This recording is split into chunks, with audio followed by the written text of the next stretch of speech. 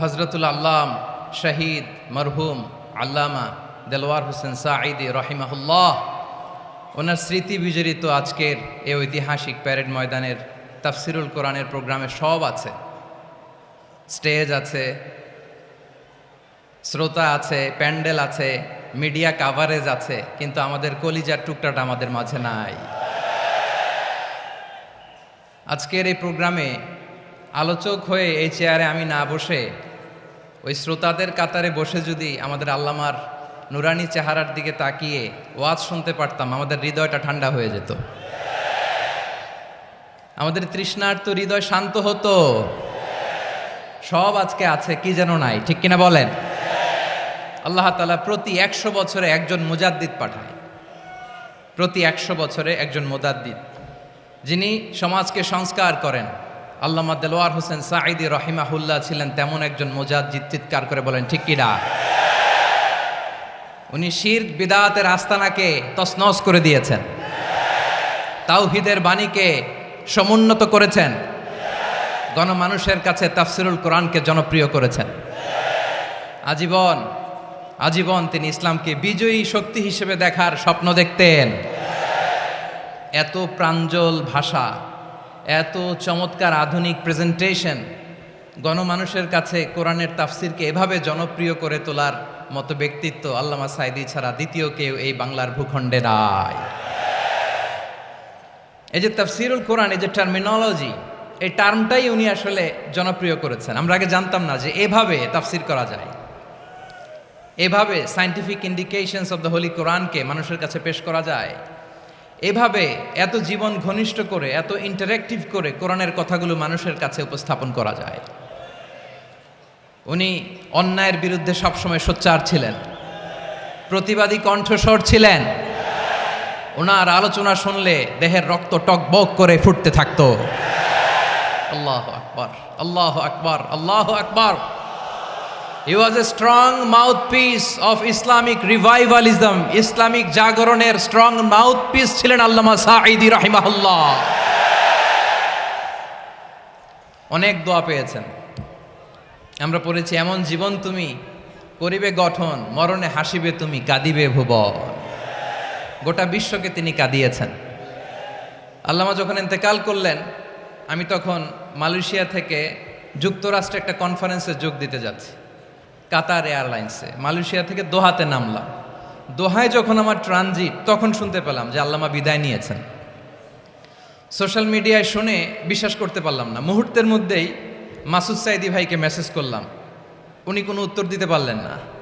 মাসুদ ভাইয়ের সাথে যখন কোলাকুলি করি, আমাদের শামীম ভাইয়ের সাথে যখন কোলাকুলি করি, মনে হচ্ছে আল্লামা সাঈদীর ঘ্রাণ পাই।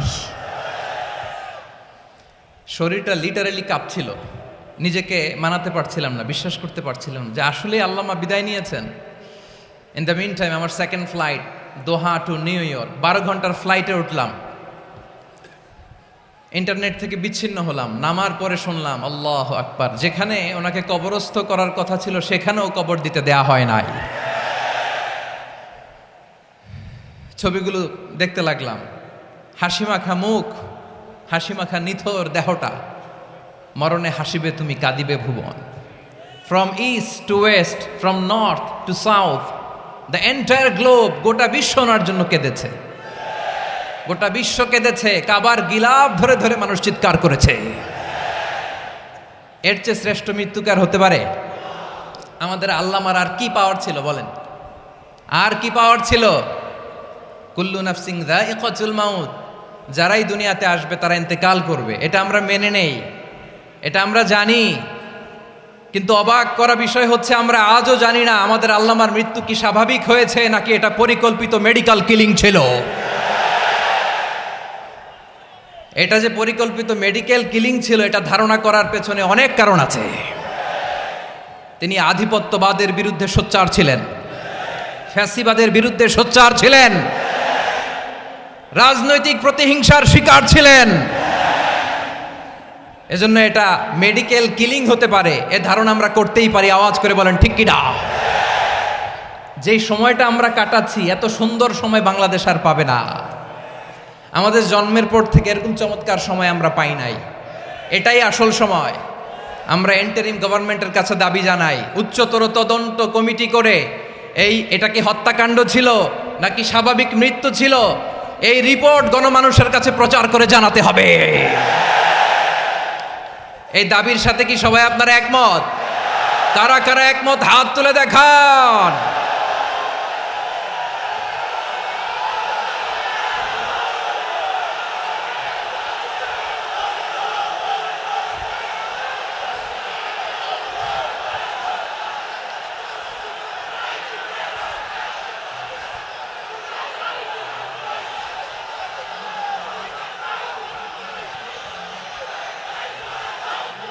আমার প্রিয় ভাইয়েরা, প্রিয় চট্টলাবাসী, আল্লাহ তাআলা তার এই মুখলেস গোলামকে তার জান্নাতুল ফেরদাউসের মেহমান হিসেবে কবুল করুক, তার জীবনের সকল খেদমাগুলোকে কবুল করুক, জান্নাতুল ফেরদাউসের আলা মাকামে তাকে মেহমান হিসেবে কবুল করুক। আল্লামা শহীদ দেলোয়ার হোসেন সাঈদ রাহিমাহুল্লাহ, উনি ছাড়াও এই ঐতিহাসিক ময়দানে কথা বলেছেন আল্লামা লুৎফুর রহমান রাহিমাহুল্লাহ। চলে গিয়েছেন আমাদেরকে ছেড়ে। তিনি বলতেন, ইনশাল্লাহ মিজান আবার আসবে। হুজুর আমি তো আসলাম, আপনি তো আমাদেরকে ছেড়ে চলে গেলেন।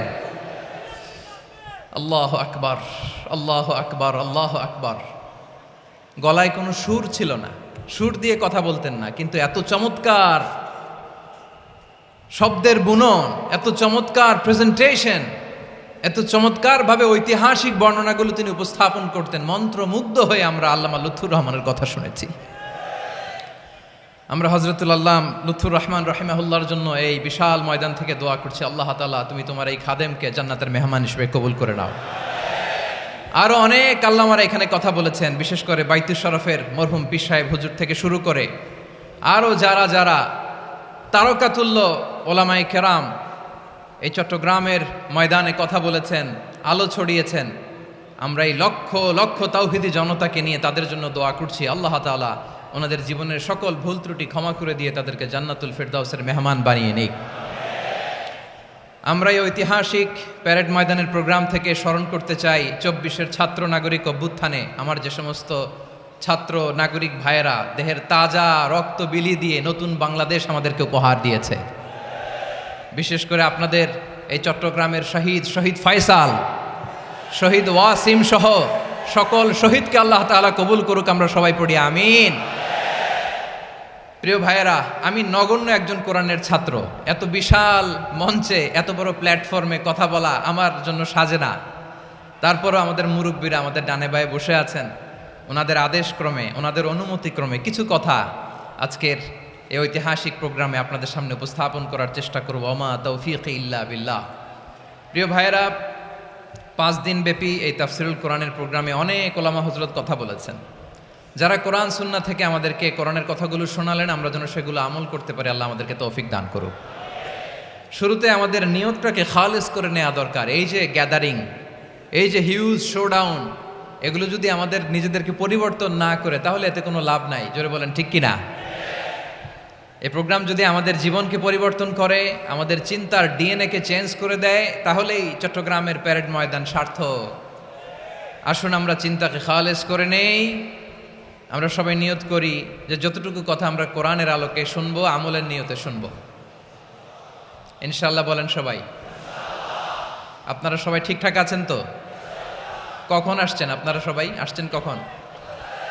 সকালে, কেউ দুপুরে, 9টায়, আল্লাহ আল্লাহ আল্লাহ। দুপুরের খাবার খাওয়ার সুযোগ হয়েছিল? খান নাই? রোজা রাখছেন? আহা, আমি কি দিয়ে বিদায় দেব আমার এই ভাইগুলোরে?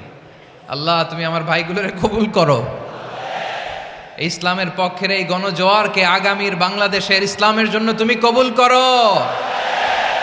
যেই ভালোবাসা ইসলামের জন্য হয়, যেই গণজোয়ার কোরআনের জন্য হয়, পৃথিবীর কোনো শক্তি দিয়ে সেটাকে আটকানো যায় না। জোরে বলেন ঠিক কিনা?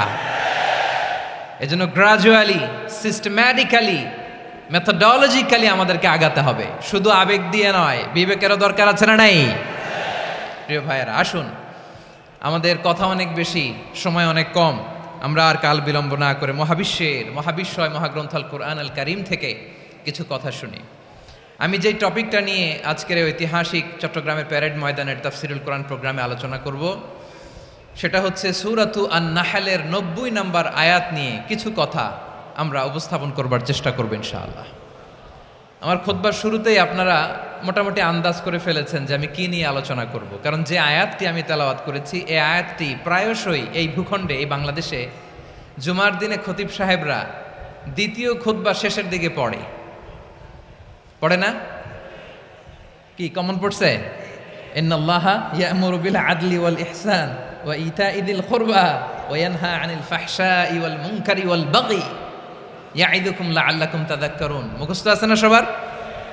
আসুন আমরা এই আয়াতের সরল অর্থ, এর মর্মবাণী, এর সংক্ষিপ্ত তাফসীর সবাই মিলে আজকের এই প্রোগ্রাম থেকে উদ্ধার করার চেষ্টা করি। আপনারা মনোযোগী আছেন তো? ইনশাআল্লাহ। এই আয়াতটা অনেক কম্প্রিহেন্সিভ একটা আয়াত। সাইয়েদনা আব্দুল্লাহ ইবনে মাসউদ রাদিয়াল্লাহু তাআলা আনহু উনি বলেছেন, ইন্নাহা মিন আজমাই আয়াতিল কোরআন। এটা কোরআনের সবচেয়ে জামে আয়াত। যদিও ছোট্ট আয়াত, অল্প কিছু কথামালা, কিন্তু তিনি বলতেন এটা কোরআনের সবচাইতে জামে মানে সবচেয়ে কম্প্রিহেন্সিভ একটা আয়াত, যেখানে কথা কম, শব্দ কম, কিন্তু এটার দোতনা, এটার আবেদন, এটার মিনিং অনেক বেশি। সুবহানাল্লাহ। এই আয়াতে আল্লাহ তাআলা বেসিকলি আমাদেরকে 3টা বিষয়ে আদেশ করেছেন আর 3টা বিষয়ে বারণ করেছেন, মানে নিষেধ করেছেন। আওয়াজ করে বলুন, আদেশ করেছেন কয়টা?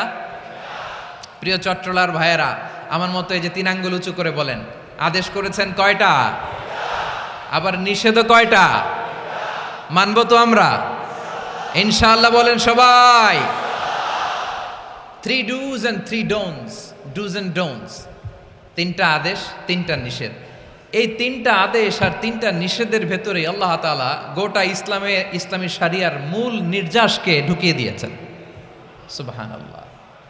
এই ছোট্ট একটা আয়াতে গোটা ইসলামী শরিয়ার, the gist, the cream of the creams, গোটা ইসলামী শরিয়ার মূল নির্যাসকে আল্লাহ ঢুকিয়ে দিয়েছেন।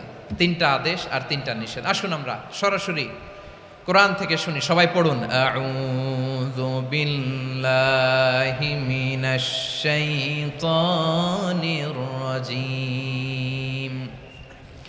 বিসমিল্লাহির রহমানির রহিম। ইন্নাল্লাহা ইয়া'মুরু বিল আদলি ওয়াল ইহসানি ওয়া ইতা'i যিল কুরবা ওয়া ইয়ানহা আনিল ফাহশাই ওয়াল মুনকারি ওয়াল বাগি ইয়া'ইযুকুম লা'আল্লাকুম তাযাক্কারুন।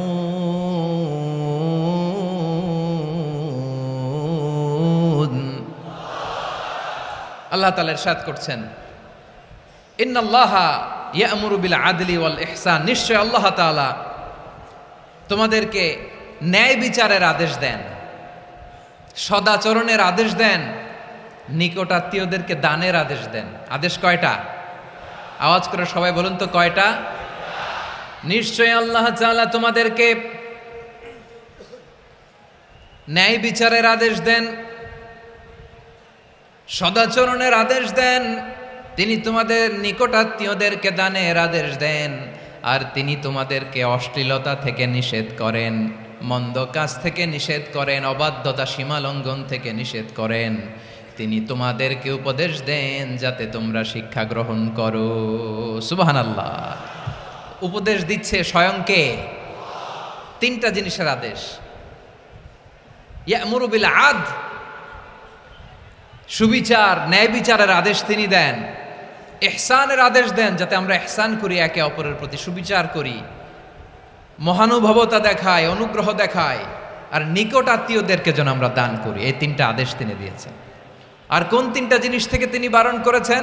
অশ্লীলতা, ফাহশা, মুনকার, মানে সব মন্দ আর অসৎ কাজ, এগুলো থেকে তিনি আমাদেরকে বারণ করেন। ওয়াল বাগি, অবাধ্যতা, সীমা লঙ্ঘন, এই তিনটা কাজ থেকে তিনি আমাদেরকে বারণ করেন। তিনি আমাদেরকে উপদেশ দেন, স্বয়ং আল্লাহ তাআলা আমাদেরকে উপদেশ দেন, যাতে করে আমরা শিক্ষা গ্রহণ করি। সুবহানাল্লাহ পড়ে। তাহলে আসুন আমরা ধরে ধরে একটা একটা করে সামনের দিকে আগাই। আল্লাহ তাআলা প্রথমে আমাদেরকে আদেশ দিয়েছেন আদালের। ইন্নাল্লাহা ইয়া'মুরু বিল আদল। আওয়াজ করে বলুন আল আদাল। সবাই পড়ুন আল আদাল। আমরা উর্দু জানি, হিন্দি জানি, অনেকে ইংরেজিও জানি, কিন্তু আরবি শব্দগুলো আমাদের মুখ দিয়ে বেরোতে চায় না। আওয়াজ করে বলুন আল আদাল। মাশাআল্লাহ। ইন্নাল্লাহা ইয়া'মুরু বিল আদল। আল্লাহ তাআলা আমাদেরকে আদলের আদেশ দেন।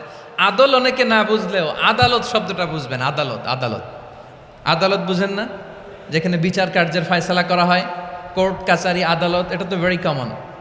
এটা শুনছেন না সবাই? আদালত, যেখানে ন্যায় বিচার হবে, সুশাসন হবে। কিন্তু ভাগ্যের কি নির্মম পরিহাস, ওখান থেকে মিথ্যা সাক্ষী দিয়ে মনমতো রায় দিয়ে দেয়া হয়। এগুলোর পরিবর্তন হওয়ার দরকার আছে না নাই? প্রিয় ভাইয়েরা, আদালত, আল আদল, ইংরেজিতে বলে জাস্টিস, ন্যায় বিচার, সুবিচার, সুশাসন, জাস্টিস, আল আদল, সব জায়গায় এই জাস্টিস থাকা দরকার। Justice should be prevailed in the society. The mission of all prophet was to uphold the justice. সব নবীর মিশন ছিল এই জাস্টিসকে, আদালকে, সুশাসন আর সুবিচারকে নিশ্চিত করা। পড়েন সুবহানাল্লাহ। And the core message of every divine scripture was to uphold justice. পৃথিবীর সব আসমানি কিতাবের মূল শিক্ষা ছিল এই জাস্টিসকে সমাজে এনশিওর করা, সুবিচার, সুশাসনকে এনশিওর করা। তাহলে প্রিয় ভাইরা, আমরা বুঝতে পারলাম আল আদল শব্দের মানে হচ্ছে ইনসাফ বা সুবিচার বা ন্যায় বিচার। এটা হচ্ছে একটা general meaning, very general meaning. আপনি যদি ইন ডেপথ বুঝতে চান, আরো ভেতরে যান, তাহলে আদল মানে হচ্ছে সমন্বয়, আদল মানে হচ্ছে ভারসাম্য, ব্যালেন্স। আদল মানে হচ্ছে মধ্যম পন্থা। সুবহানাল্লাহ পড়েন। কারণ সব সময় সমান সমান হইলেই সুবিচার হয় না। কথা কি বুঝতেছেন? ইসলামের দ্য কনসেপ্ট অফ আদল, এটা এমন আদল, এটা সব সময় সমান সমান নয়। যখন সমান সমান দেয়া দরকার, ইসলাম সমান সমান দেয়। যখন ব্যালেন্স করা দরকার, চেক এন্ড ব্যালেন্স, সমন্বয়, ভারসাম্য করা দরকার, তখন ইসলাম ভারসাম্য করে দেয়। এটার নাম আদল। সুবহানাল্লাহ। সহজ করে আপনাদেরকে বুঝাই। যেমন ধরুন, একটা পরিবারের 3 জন সদস্য, স্বামী, স্ত্রী আর সন্তান। তাদের সকালবেলার ব্রেকফাস্টে স্বামীর, সকালের নাস্তায় স্বামীর 3টা রুটি লাগে, স্ত্রীর 2টা লাগে, আর সন্তানের 1টা রুটি লাগে। এখন আমি যদি সমান সমান করে আদল করতে চাই, সবাইকে যদি 3টা করে রুটি দেই, তাহলে স্বামী বেচারার জন্য ঠিক আছে? কি বলেন? কথা কি বুঝতেছেন না কষ্ট হয়ে যাচ্ছে? যদি সমান সমানের নিয়মে আগাই, তাহলে 3টা করে যদি রুটি দেই, স্বামীর জন্য ওকে, কিন্তু স্ত্রীর জন্য 1টা বেশি হয়ে যায়। আর সন্তানের জন্য কয়টা বেশি হয়? আচ্ছা, এই তো বুঝতেছেন, মাশাআল্লাহ।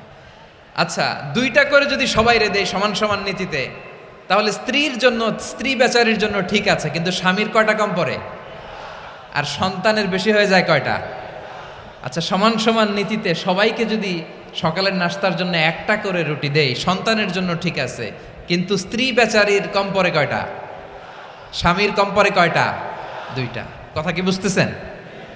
আর আমি যদি স্বামীকে দেই 3টা, স্ত্রীকে দেই 2টা, আর সন্তানকে দেই 1টা, তাহলে কারো অপচয় হবে না। যার যতটুকু দরকার ঠিক ততটুকুই কাজে লাগবে। চিল্লায় বলেন ঠিক কিনা?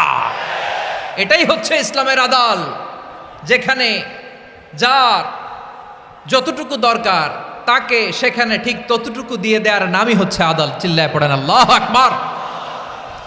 রব্বুল আলামিন বলেন, ইউসিকুমুল্লাহু ফি আওলাদিকুম লিযযাকারি মিসলু হাযযিল উনসায়াইন। আল্লাহ তোমাদেরকে ওসিয়ত করেন তোমাদেরকে আদেশ দেন উত্তরাধিকার সম্পদ যখন বন্টন হবে ছেলেরা যতটুকু পাবে মেয়ে পাবে তার অর্ধেক। সুবহানাল্লাহ বলেন। দেখেন ছেলে যদ্দূর মেয়ে অর্ধেক, ছেলে ডবল পাবে। আপাত দৃষ্টিতে মনে হয় এখানে অবিচার হয়েছে, কিন্তু আসলে কি অবিচার হয়েছে? আপনি বিয়ের ক্ষেত্রে যান, ওইখানে আবার ছেলে মোহরানা দেয়, মেয়ে সেখানে মোহরানা পায়। তাহলে চেক অ্যান্ড ব্যালেন্স, ভারসাম্য, ব্যালেন্স, মধ্যম পন্থা এখানে আছে না নাই? এটাই হচ্ছে ইসলামের আদল। আল্লাহ তাআলা এই আদলের আদেশ দিয়েছেন, সুবিচার, ন্যায় বিচার, সুশাসন এবং ভারসাম্যের আদেশ দিয়েছেন। প্রিয় ভাইয়েরা, একটি শান্তিময় সমাজ, একটা সমৃদ্ধ সমাজ, একটা মানবিক সমাজ যদি আমরা পেতে চাই, এই আয়াতের মধ্যে যতগুলো পয়েন্ট আছে সবগুলোর বাস্তবায়ন লাগবে। কথা বুঝতে পেরেছেন? বলেন, আওয়াজ করে বলেন, আমরা একটা শান্তির সমাজ চাই কি চাই না? আমরা একটা সমৃদ্ধ বাংলাদেশ চাই কি চাই না? আমরা একটা মানবিক বাংলাদেশ চাই কি চাই না? এই আয়াতে আল্লাহ তাআলা একটা মানবিক সমাজের রূপরেখা টেনেছেন। তার প্রথম কথা হচ্ছে ইন্নাল্লাহা ইয়ামুরু বিল আদল। আল্লাহ তাআলা তোমাদেরকে আদলের নির্দেশনা দেয়, সুবিচার, সুশাসনের নির্দেশনা দেয়। যে সমাজে আদল থাকে না সে সমাজে জুলুম মানুষের ঘাড়ে চেপে বসে। আদলের বিপরীত হচ্ছে জুলুম। আদলের বিপরীত কি? জুলুম বা জাউর, অত্যাচার, অবিচার, বৈষম্য। এই যে বৈষম্য বিরোধী ছাত্র আন্দোলন কমন পড়ছে? এই যে একজন সমন্বয়ক তো দেখা করলো আমার সাথে। জুলুম মানে হচ্ছে বৈষম্য। বৈষম্যের স্থান ইসলামে নাই, অবিচারের স্থান ইসলামে নাই, জুলুমের স্থান ইসলামে নাই। আল্লাহ তাআলা বলেন যে আমি জুলুমকে নিজের জন্য হারাম করেছি এবং তোমাদের জন্য হারাম করেছি।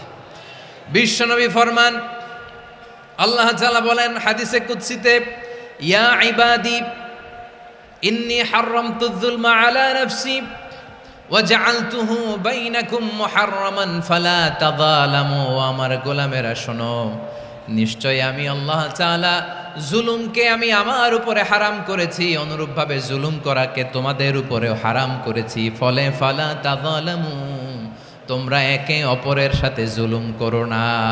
নির্দেশনাটা কার? খবরদার, জুলুমের সাথে আমাদের কোনো সম্পর্ক নাই। আল্লাহ তাআলা আদলের আদেশ দিয়েছেন, আদালতের আদেশ দিয়েছেন, সুশাসনের, ন্যায় বিচারের আদেশ দিয়েছেন। ইন্নাল্লাহা ইয়ামুরু বিল আদল, আমাদেরকে আদল প্রতিষ্ঠা করতে হবে। জুলুমের সাথে ইসলামের কোনো সম্পর্ক নাই। আল্লাহ তাআলা জালিমদের জন্য কঠিন শাস্তি প্রস্তুত করে রেখেছেন। যারা এই আদলকে ভুলুণ্ঠিত, কখন রাত কিচ্ছু জানে না, কখন দিন কখন রাত কিছু জানে না, বছরের পর বছর কেটে গিয়েছে। এক্সট্রা জুডিশিয়াল কিলিং এর কোনো হিসাব নাই, বিচার বহির্ভূত হত্যা, এনফোর্স ডিসঅ্যাপিয়ারেন্স, গুম, যেটা সবচাইতে বড় মানবতা বিরোধী অপরাধ। কত মানুষ যে গুম হয়েছে তার কোনো ইয়ত্তা নাই। যেই ফ্যামিলির সদস্য গুম হয়েছে তারা কি ওই লোকটার জন্য মাগফিরাতের দোয়া করবে নাকি সুস্বাস্থ্যের দোয়া করবে তারা নিজেরাও জানতো না, কারণ জানে না ও বেঁচে আছে না মরে গেছে। আহা, বিডিআর নওজোয়ানদের যারা ছাড়া পেল দেখলাম, বিনা অপরাধে, কোনো অন্যায় ছাড়া, অপরাধ ছাড়া তাদের জীবন থেকে, তাদের তারুণ্যের, তাদের যৌবনের 15 বছর, 16 বছর, 17 বছর নাই, 6 মাস বয়সের ছোট বাচ্চাকে রেখে জেলে গেছে। 6 মাসের মেয়ে বেরোয় দেখে মেয়ের বয়স 17 বছর। মেয়ে বাবারে চিনে না, বাবা মেয়েরে চিনে না। মেয়েকে এখন বিয়ে দিয়ে আরেক ছেলের হাতে তুলে দিবে। মেয়ের শৈশব বাবা দেখে নাই, মেয়ের কৈশোর বাবা দেখে নাই, মেয়ের তারুণ্য দেখে নাই। আরেক যুবককে দেখলাম 14 বছরের 14 দিনের সংসার, 2 সপ্তাহের সংসার শেষে জেলে গেছে। কত যুবকের যে স্ত্রী চলে গিয়েছে ফ্যামিলি ছেড়ে, কারণ জানে না তো কবে আসবে, কি হবে, কেউ জানতো না। দাম্পত্য জীবনের মাত্র 14 দিনের স্মৃতি, এই স্মৃতিকে আঁকড়ে ধরে এক বোন 16টা বছর, 17টা বছর কাটিয়ে দিয়েছে। আমি নিউজটা দেখে ভাবলাম, আমার এই বোনের প্রতিটি দিন কিভাবে কেটেছে, প্রতিটি রাত কিভাবে কেটেছে, প্রতিটি ক্ষণ কিভাবে কেটেছে। বিশ্বনবী বলেছেন, ইত্তাকি দাওয়াতাল মাজলুম ফাইন্না লাইসা বাইনাহু ওয়া বাইনাল্লাহি হিজাব। মাজলুমের কান্নাকে ভয় করো, কারণ মাজলুমের কান্না আর আল্লাহর মাঝে কোনো পর্দা থাকে না। আমরা আর এরকম কোন জুলুম বাংলাদেশে দেখতে চাই না, জোরে বলেন ঠিক কিনা? আর কেউ নতুন করে জালিম হোক আপনারা চান? আবার নতুন করে কেউ ফ্যাসিস্ট হোক আপনারা চান? এক দল আরেক দলকে নিশ্চিহ্ন করার রাজনীতিতে মেতে উঠুক এটা আপনারা চান? আমরা বাংলাদেশকে আদল দিয়ে সাজাতে চাই। আমরা এই 56,000 বর্গ মাইলের প্রতিটা ইঞ্চি মাটিকে কোরআনের আইন দিয়ে সাজাতে চাই। রাজি আছেন আপনারা? কারা কারা রাজি দেখান হাত তুলে আল্লাহকে।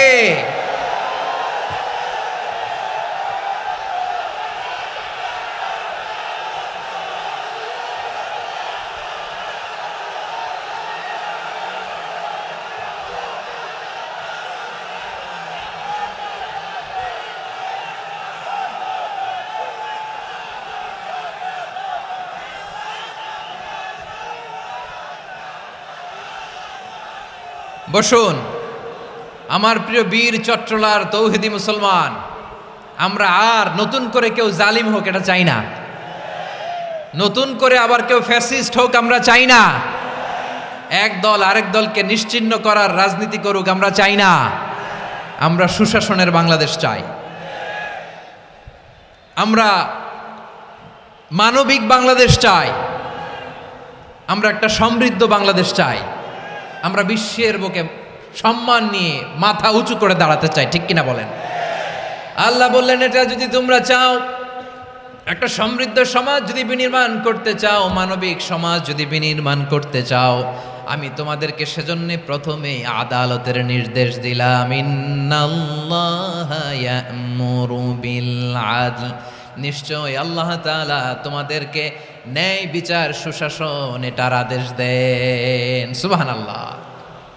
আদাল ন্যায় বিচারের আদেশ আল্লাহ তাআলা কোরআনের বিভিন্ন আয়াতে দিয়েছেন। আল্লাহ তাআলা বলছেন ইন্নাল্লাহা ইয়া'মুরুকুম আন তুআদ্দুল আমানাতি ইলা আহলিহা ওয়া ইযা হাকামতুম বাইনান নাসি আন তাহকুমু বিল আদল ইন্নাল্লাহা নি'ম্মা ইয়া'iযুকুম বিহি ইন্নাল্লাহা কানা সামিআন বাসীরা। আল্লাহ তাআলা বললেন, আল্লাহ আদেশ দিচ্ছেন যে ব্যক্তি আমানতের হকদার তার হাতে তোমরা আমানত পৌঁছে দাও, আর যখন তোমরা বিচার কার্য করবে, বিচার ফয়সালা করবে, আদালতের সাথে করো। সুবহানাল্লাহ বলেন। ওয়াইদা হাকামতুম বাইনান নাসি আন তাহকুমু বিল আদল, আদালতের সাথে করবা। আল্লাহ তাআলা বলেন যারা জাজ হবে, বিচারক হবে, তাদের যদি বাদী বিবাদীর কারোর সাথে শত্রুতা থাকে, কারোর সাথে যদি কোনো ধরনের রেষারেষি থাকে, আল্লাহ বলেন বিচার কার্য করতে যে ওই শত্রুতা রেষারেষির কারণে আদালতের বাইরে যে অবিচার করে বিচার করো না।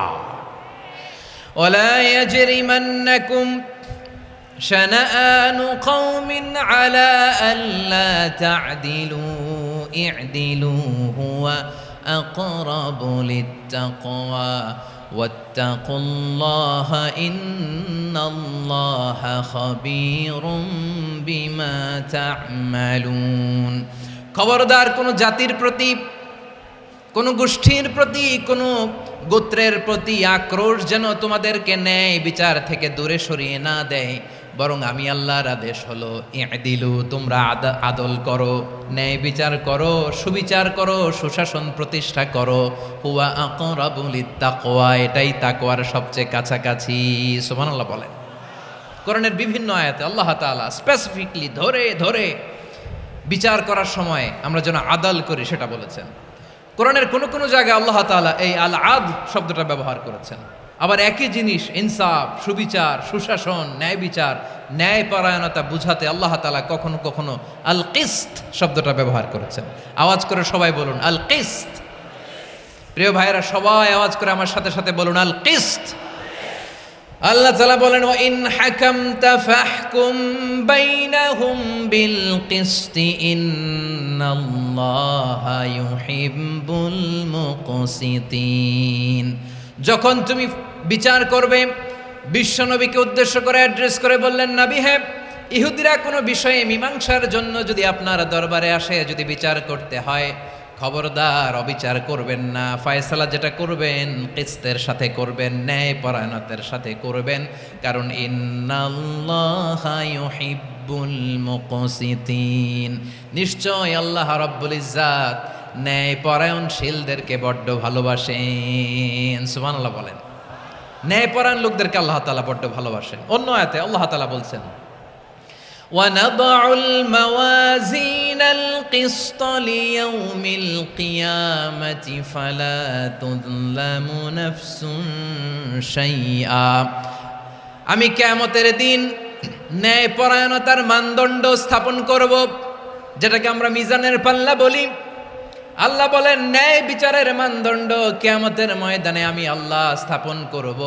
সেদিন কারো প্রতি বিন্দু পরিমাণ, এক চুল পরিমাণ অবিচার করা হবে না, কোনো অবিচার করা হবে না। সেদিন সুশাসন হবে, সুবিচার হবে, ন্যায় পরায়ণতার সাথে বিচার হবে। আওয়াজ করে পড়েন আল্লাহু আকবার। তাহলে প্রিয় ভাইরা, যে তিনটি বিষয়ে আল্লাহ তাআলা আমাদেরকে আদেশ দিয়েছেন, তার প্রথমটা হচ্ছে আদালত, ইনসাফ, সুবিচার, ন্যায় বিচার। এটা আমরা চাই কি চাই না? বিশ্বনবী ন্যায় বিচার, ন্যায় পরায়ণতা, সুশাসন প্রতিষ্ঠিত করেন কি করেন নাই? আপনারা বিশ্বনবীর সিরাত যারা পড়েছেন, আপনি দেখবেন বিশ্বনবীর সিরাতের পরতে পরতে, বাঁকে বাঁকে, সিরাতের বাঁকে বাঁকে এই আদালতের নমুনা মেলে। সুবহানাল্লাহ বলেন।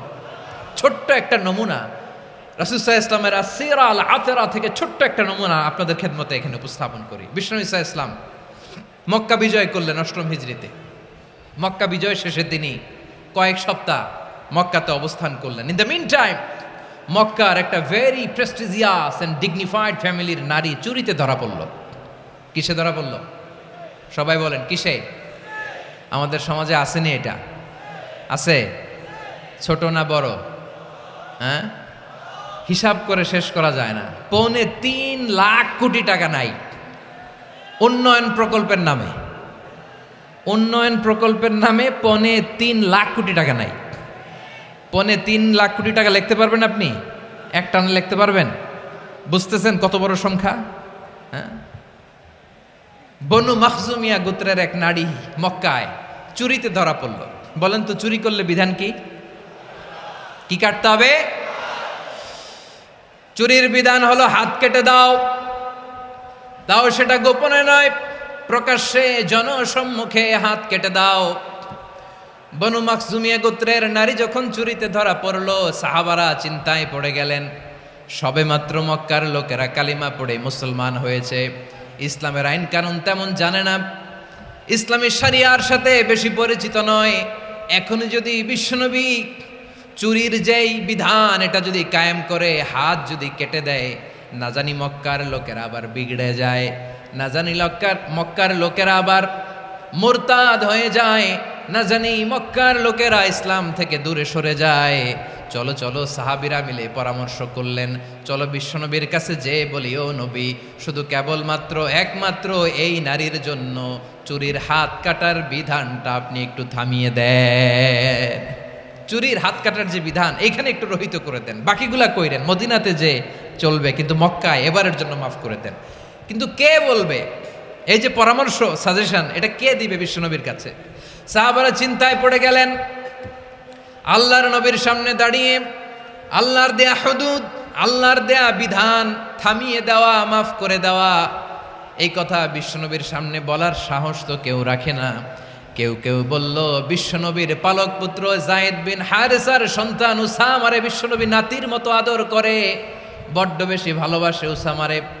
এজন্য সাহাবারা উসামাকে বলতো হিব্বু রাসূলিল্লাহ, বিশ্বনবীর ভালোবাসা। কি বলতো?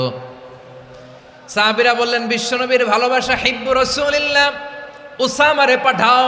উসামারে বিশ্বনবী নাতির মতো স্নেহ করে, মায়া করে, ভালোবাসে। আমরা পারবো না, উসামা পারবে। সবাই মিলে ফুলিয়ে ফুসিয়ে ওসামাকে, ছোট্ট ওসামাকে রাজি করালো। ওসামা এমন এমন কথা যে তুমি বিশ্বনবীর কাছে বলতে হবে, পারবা নাকি? ওসামা বলে পারবো। সাইয়েদনা ওসামা রাদিয়াল্লাহু তাআলা আনহু তরুণ সাহাবী বিশ্বনবীর কাছে গেলেন, যে বললেন, নবী, বনু মাখজুমিয়া গোত্রের এক নারী চুরিতে ধরা পড়েছে, এবারের জন্য কি এই মহিলাটারে মাফ করে দিলে হয় না? এবারের জন্য একটু ক্ষমা করা যায় না নবী? বিশ্বনবী বলেন, আতাশফাউ ফি হাদ্দিম মিন হুদুদিল্লাহ, তোমার এত বড় সাহস উসামা, তুমি আল্লাহর হাত, আল্লাহর দেয়া বিধান এটার ব্যাপারে সুপারিশ করতে এসেছো? তোমরা কি জানো তোমাদের আগে যত কওম, যত গোত্র, যত জনপদ ধ্বংস হয়েছে তার কারণ ছিল তাদের মধ্যে গরিবরা অন্যায় করলে তারা বিচার করত, আর ধনীরা অন্যায় করলে তারা মাফ করে দিত। খবরদার! ওয়া আইমুল্লাহ লাউ আন্না ফাতিমাতা বিনতি মুহাম্মাদিন সারাকাত লাকাতা মুহাম্মাদুন ইয়াদাহা। বিশ্বনবী বললেন, ওরে ওসামা, বানু মাখজুমিয়ার ওই প্রেস্টিজিয়াস এন্ড ডিগনিফাইড ফ্যামিলির মেয়ে তো দূর কি বাত, অনেক দূরের কথা। জেনে রেখো ওসামা, আমার কলিজার টুকরা নয়নের পুটুলি ফাতেমাও যদি মক্কার জমিনে আজকে এই চুরির দায়ে ধরা পড়তো, আমি বিশ্বনবী মুহাম্মাদুর রাসূলুল্লাহ ধরে ফাতেমার ডান হাতটা কেটে দিতে এক বিলম্ব দেরি করতাম না। ইন্নাল্লাহা ইয়া'মুরু বিল আদল। আমাদেরকে জাস্টিস শিখায় পশ্চিমারা, আমাদেরকে ইনসাফ শিখায়, আমাদেরকে সুশাসন শিখায়। আর ইনসাফ, সুশাসন, ন্যায় বিচার, সুবিচার, জাস্টিস কারে বলে বিশ্বনবীর বায়োগ্রাফি থেকে জেনে নাও। এই ছিল বিশ্বনবী সাল্লাল্লাহু আলাইহি ইসলামের আদালতের নমুনা। আপনি যদি সাইয়েদনা ওমরে ফারুকের জীবনের দিকে তাকান, এমন কঠোর, এমন বীর সেনানী ছিলেন। সাইয়েদনা ওমরে ফারুক যদি রাস্তার এই মাথা দিয়ে হাঁটা শুরু করতেন, শয়তান ওমরে ফারুককে দেখলে ওই রাস্তা রেখে দিয়ে অন্য রাস্তা দিয়ে হাঁটতো। সুবহানাল্লাহ। ওমরে ফারুক রাদিয়াল্লাহু তাআলা আনহু কি পার্সোনালিটি ছিল, কি পার্সোনালিটি! আমাদের এলাকায় ছোট বাচ্চারা রাতে ভাত খেতে চায় না, আমার মেয়েটাও খেতে চায় না। এই এটা দিব, ওইটা দিব, আজকে মাহফিলে আসার সময় বলে দিছে লিস্ট করে এটা এটা আনতে হবে। তো ছোট্ট বাচ্চাদের অনেক বায়না থাকে, ওরা রাতে খেতে চায় না। তো মায়েরা বিভিন্ন ভয় দেখায়, এই বাঘ আসবে, বাঘ আসবে খাও, এই ভূত আসবে, ভূত আসবে খাও। আপনারা কি বলেন চট্টগ্রামে? কি আসবে? হ্যাঁ, ভূত, ভূত, ভূত আসবে, বাঘ আসবে, খাও খাও খাও, তাড়াতাড়ি খাও। তো বাচ্চারা এগুলো শুনে ভয়ে খেতে শুরু করে। মদিনার জমিনেও একই ঘটনা ঘটতো। মদিনার ছোট্ট ছোট্ট সোনামণিরা খেতে চাইতো না। তো মায়েরা বলতো, হা হুয়া ইয়াতি উমর, হা হুয়া ইয়াতি উমর, ওই যে উমর আসতেছে, উমর। ওমরে ফারুকের কথা শুনলেই বাচ্চারা একেবারে ঠান্ডা। সুবহানাল্লাহ পড়বেন না? প্রভু তুমি বলেছ রাসূল দেবে না, বলনি দেবে না ওমর, বলনি দেবে না হামজা তারিক, খালিদ বিজয় সমর। প্রভু তুমি বলেছ রাসূল দেবে না, বলনি দেবে না ওমর, বলনি দেবে না হামজা তারিক, খালিদ বিজয় সমর। প্রভু তুমি বলেছ রাসূল দেবে না। আল্লাহু আকবার। ওমরে ফারুক রাদিয়াল্লাহু তাআলা আনহু, ওনার কথা শুনলে গায়ের মধ্যে গুজবাম হয়, গায়ের পশমগুলো দাঁড়িয়ে যায়। সুবহানাল্লাহ বলেন। কি পার্সোনালিটি ছিল, কি ব্যক্তিত্ব ছিল! মুনাফিকরা ওমরে ফারুককে জমের মতো ভয় পেতেন। শয়তান, খোদ শয়তান এই রাস্তা দিয়ে আসলে শয়তান অন্য রাস্তা দিয়ে হাঁটতো। ওমরে ফারুক রাদিয়াল্লাহু তাআলা আনহুর জীবনে যদি দেখেন, তাহলে সেখানে আপনি আদালতের, ইনসাফের, সুশাসনের, জাস্টিসের নমুনা দেখতে পাবেন। কয়টা শুনবেন? সাইয়েদনা ওমরে ফারুকের রাদিয়াল্লাহু তাআলা আনহুর সন্তান আব্দুর রহমান মিশরে মদ খেয়ে মদ্যপ অবস্থায় ধরা পড়েছে। মদ খাওয়ার কারণে, মদ যদি কেউ পান করে আর যদি প্রমাণিত হয়, তার বিচার হলো 80 বেত। আওয়াজ করে বলেন কয় বেত? বাংলাদেশেও তো এই আইন আছে নাকি? বাংলাদেশে আছে? হ্যাঁ, মদ খাইলে 80 বেত, এই আইন বাংলাদেশে চালু হোক। আমরা চাই কি চাই না? চাই সবাই। এজন্যই তো ইসলাম ভাল লাগে না। ইসলামকে ভাল লাগে না। ইসলামকে আউট করে রাখতে পারলেই তো এরকম বড় বড় বোতল খাওয়া যায়। একেবারে সহজ, পানির মতো সহজ, হিসাব একেবারে সহজ। ওমরে ফারুক রাদিয়াল্লাহু তাআলা আনহুর ছেলে ভুল করে মদ পান করে ফেলেছিলেন। আব্দুর রহমান, ঘটনা ঘটেছে মিশরে। মিশরের গভর্নর তখন আমর ইবনুল আস রাদিয়াল্লাহু তাআলা আনহু। আব্দুর রহমানের ভাই যে গভর্নরকে বলল, গভর্নর যদি একটু দয়া করেন, খলিফার ছেলে আমার ভাই আব্দুর রহমান মদ্যপ অবস্থায় ধরা পড়েছে, জনসম্মুখে যদি আপনি বেত্রাঘাত করেন আমাদের প্রেস্টিজ থাকে না, যদি আসিবেত আপনি মারেন, আমার কোনো কথা নাই, কিন্তু ঘরের ভেতরে মারেন। আব্দুর রহমানের ভাইয়ের সুপারিশ শুনে সাইয়েদনা আমর ইবনুল আস রাদিয়াল্লাহু তাআলা আনহু রাজি হয়ে গেলেন। ঘরের ভেতরে লোকচক্ষুর আড়ালে ৮০ বেত তিনি মানলেন। কিন্তু ঘটনাক্রমে এই কথা লুকিয়ে লুকিয়ে ঘরের ভেতরে ৮০ বেত মারার কথা সাইয়েদনা ওমর ফারুক মদিনা থেকে জানতে পারলেন। মদিনা থেকে তিনি ফরমান জারি করলেন, এই বিচার যেমনটি আমর ইবনুল আস আদায় করেছে এটা প্রকৃতপক্ষে আদায় হয় নাই। আসো সবাই মদিনায় আসো, আমর ইবনুল আস মদিনায় আসো, আব্দুর রহমানও আসো, সবাই আসো, জনসম্মুখে এই বিচার কার্যকর করতে হবে। সাইয়েদনা ওমর ফারুক মসজিদে নববীর পিলারের মধ্যে নিজের ছেলেকে বাঁধলেন, আবার জনসম্মুখে ৮০টা বেত তার গায়ের মধ্যে মারলেন। মাজমুয়ে ফাতাওয়া লিবনি তাইমিয়া রাহিমাহুল্লাহ উনি এটা নকল করেছেন। এটা সবচেয়ে বিশুদ্ধ মত, আরো অনেক মত আছে। মারা গেছে কবরের উপর, ওগুলো বাদই দিলাম। কেমন খলিফা ছিলেন, কেমন খলিফা! পশ্চিমারা তোমরা জাস্টিস আমাদেরকে শেখাও, ইনসাফ কারে বলে সুশাসন আমাদেরকে তোমরা শিখাও। ওমরে ফারুক রাদিয়াল্লাহু তাআলা আনহু ওই বিচারকে তিনি ধর্তব্য মনে করেন নাই। মদিনাতে এনে আবার জনসম্মুখে আবার ৮০ বেত মেরেছেন। মিশরে ওমরে ফারুক রাদিয়াল্লাহু তাআলা আনহু আমর ইবনুল আসকে গভর্নর করে পাঠালেন। সেখানে আমর ইবনুল আসের ছেলে একটা প্রতিযোগিতায় রানার আপ হয়েছে। এক মিশরি সেখানে চ্যাম্পিয়ন হয়েছে। রানার আপ বুঝতে পেরেছেন তো? রানার আপ সেকেন্ড হয়েছে, এক মিশরি হয়েছে চ্যাম্পিয়ন প্রথম। কিন্তু গভর্নরের ছেলে ও জিততে পারে নাই। ও রাগে ওই মিশরির গায়ের মধ্যে কয়েকটা লাঠি দিয়ে বাড়ি মেরেছে। মিশরি যে মদিনাতে ওমরে ফারুকের কাছে বিচার দিলেন, আপনার গভর্নরের ছেলে অন্যায়ভাবে আমার গায়ে হাত তুলেছে। সাইয়েদনা ওমরে ফারুক আবার ফরমান জারি করলেন, আসো মদিনাতে আসো। মিশরীকে ডাকলেন। ওই মিশরের গভর্নর আমর ইবনুল আস রাদিয়াল্লাহু তাআলা আনহুকে ডাকলেন, তার ছেলেকেও ডাকলেন। সবাই বসে রইল। আমর ইবনুল আস রাদিয়াল্লাহু তাআলা আনহু মাথা নিচু করে বসে আছেন, লজ্জায় কাচুমাচু। হায় হায়, আজকে আমার ছেলের কারণে আমিরুল মুমিনিন খলিফাতুল মুসলিমিন ওমরে ফারুকের কাছে আমি জনসম্মুখে লজ্জিত হচ্ছি। সাইয়েদনা ওমরে ফারুক বললেন, এই নাও লাঠি। গভর্নরের ছেলে তোমার মাথার মধ্যে যতগুলো বাড়ি মেরেছে, আজকে জনসম্মুখে তুমি অতগুলা বাড়ি মারো। মিশরি বলে, থাক, আপনি যে ডেকে আনছেন সবার সামনে এটা বলছেন, এতেই আমি খুশি। আল্লাহু আকবার! আপনার মহানুভবতা দেখে আমি খুশি, আর অপমানের দরকার নাই। ওমরে ফারুক বলে, না, খবরদার, এই কথা মিশরি তুমি বলো না, মারো, যতগুলা বাড়ি মেরেছে মারো। বাধ্য হয়ে মিশরি আমর ইবনুল আসের সামনে ওনার কলিজার টুকরা সন্তানের মাথার মধ্যে বাড়ি মারতে আরম্ভ করলেন। ঠিক যতগুলা বাড়ি গভর্নরের ছেলে আমর ইবনুল আসের ছেলে মিশরির গায়ে মেরেছিল, মাথায় মেরেছিল, মিশরি গুনে গুনে ততটা মারলেন। এই দৃশ্য দেখে ওমরে ফারুক রেগে মেগে আগুন, রাগের চোটে রাগ সামলাতে না পেরে আর নিজেকে সামলাতে না পেরে মিশরিরে বললেন, ছেলেরে মারা শেষ হয়ে গেলে এবার বাবার টাক মাথার মধ্যে কয়েকটা বাড়ি মার।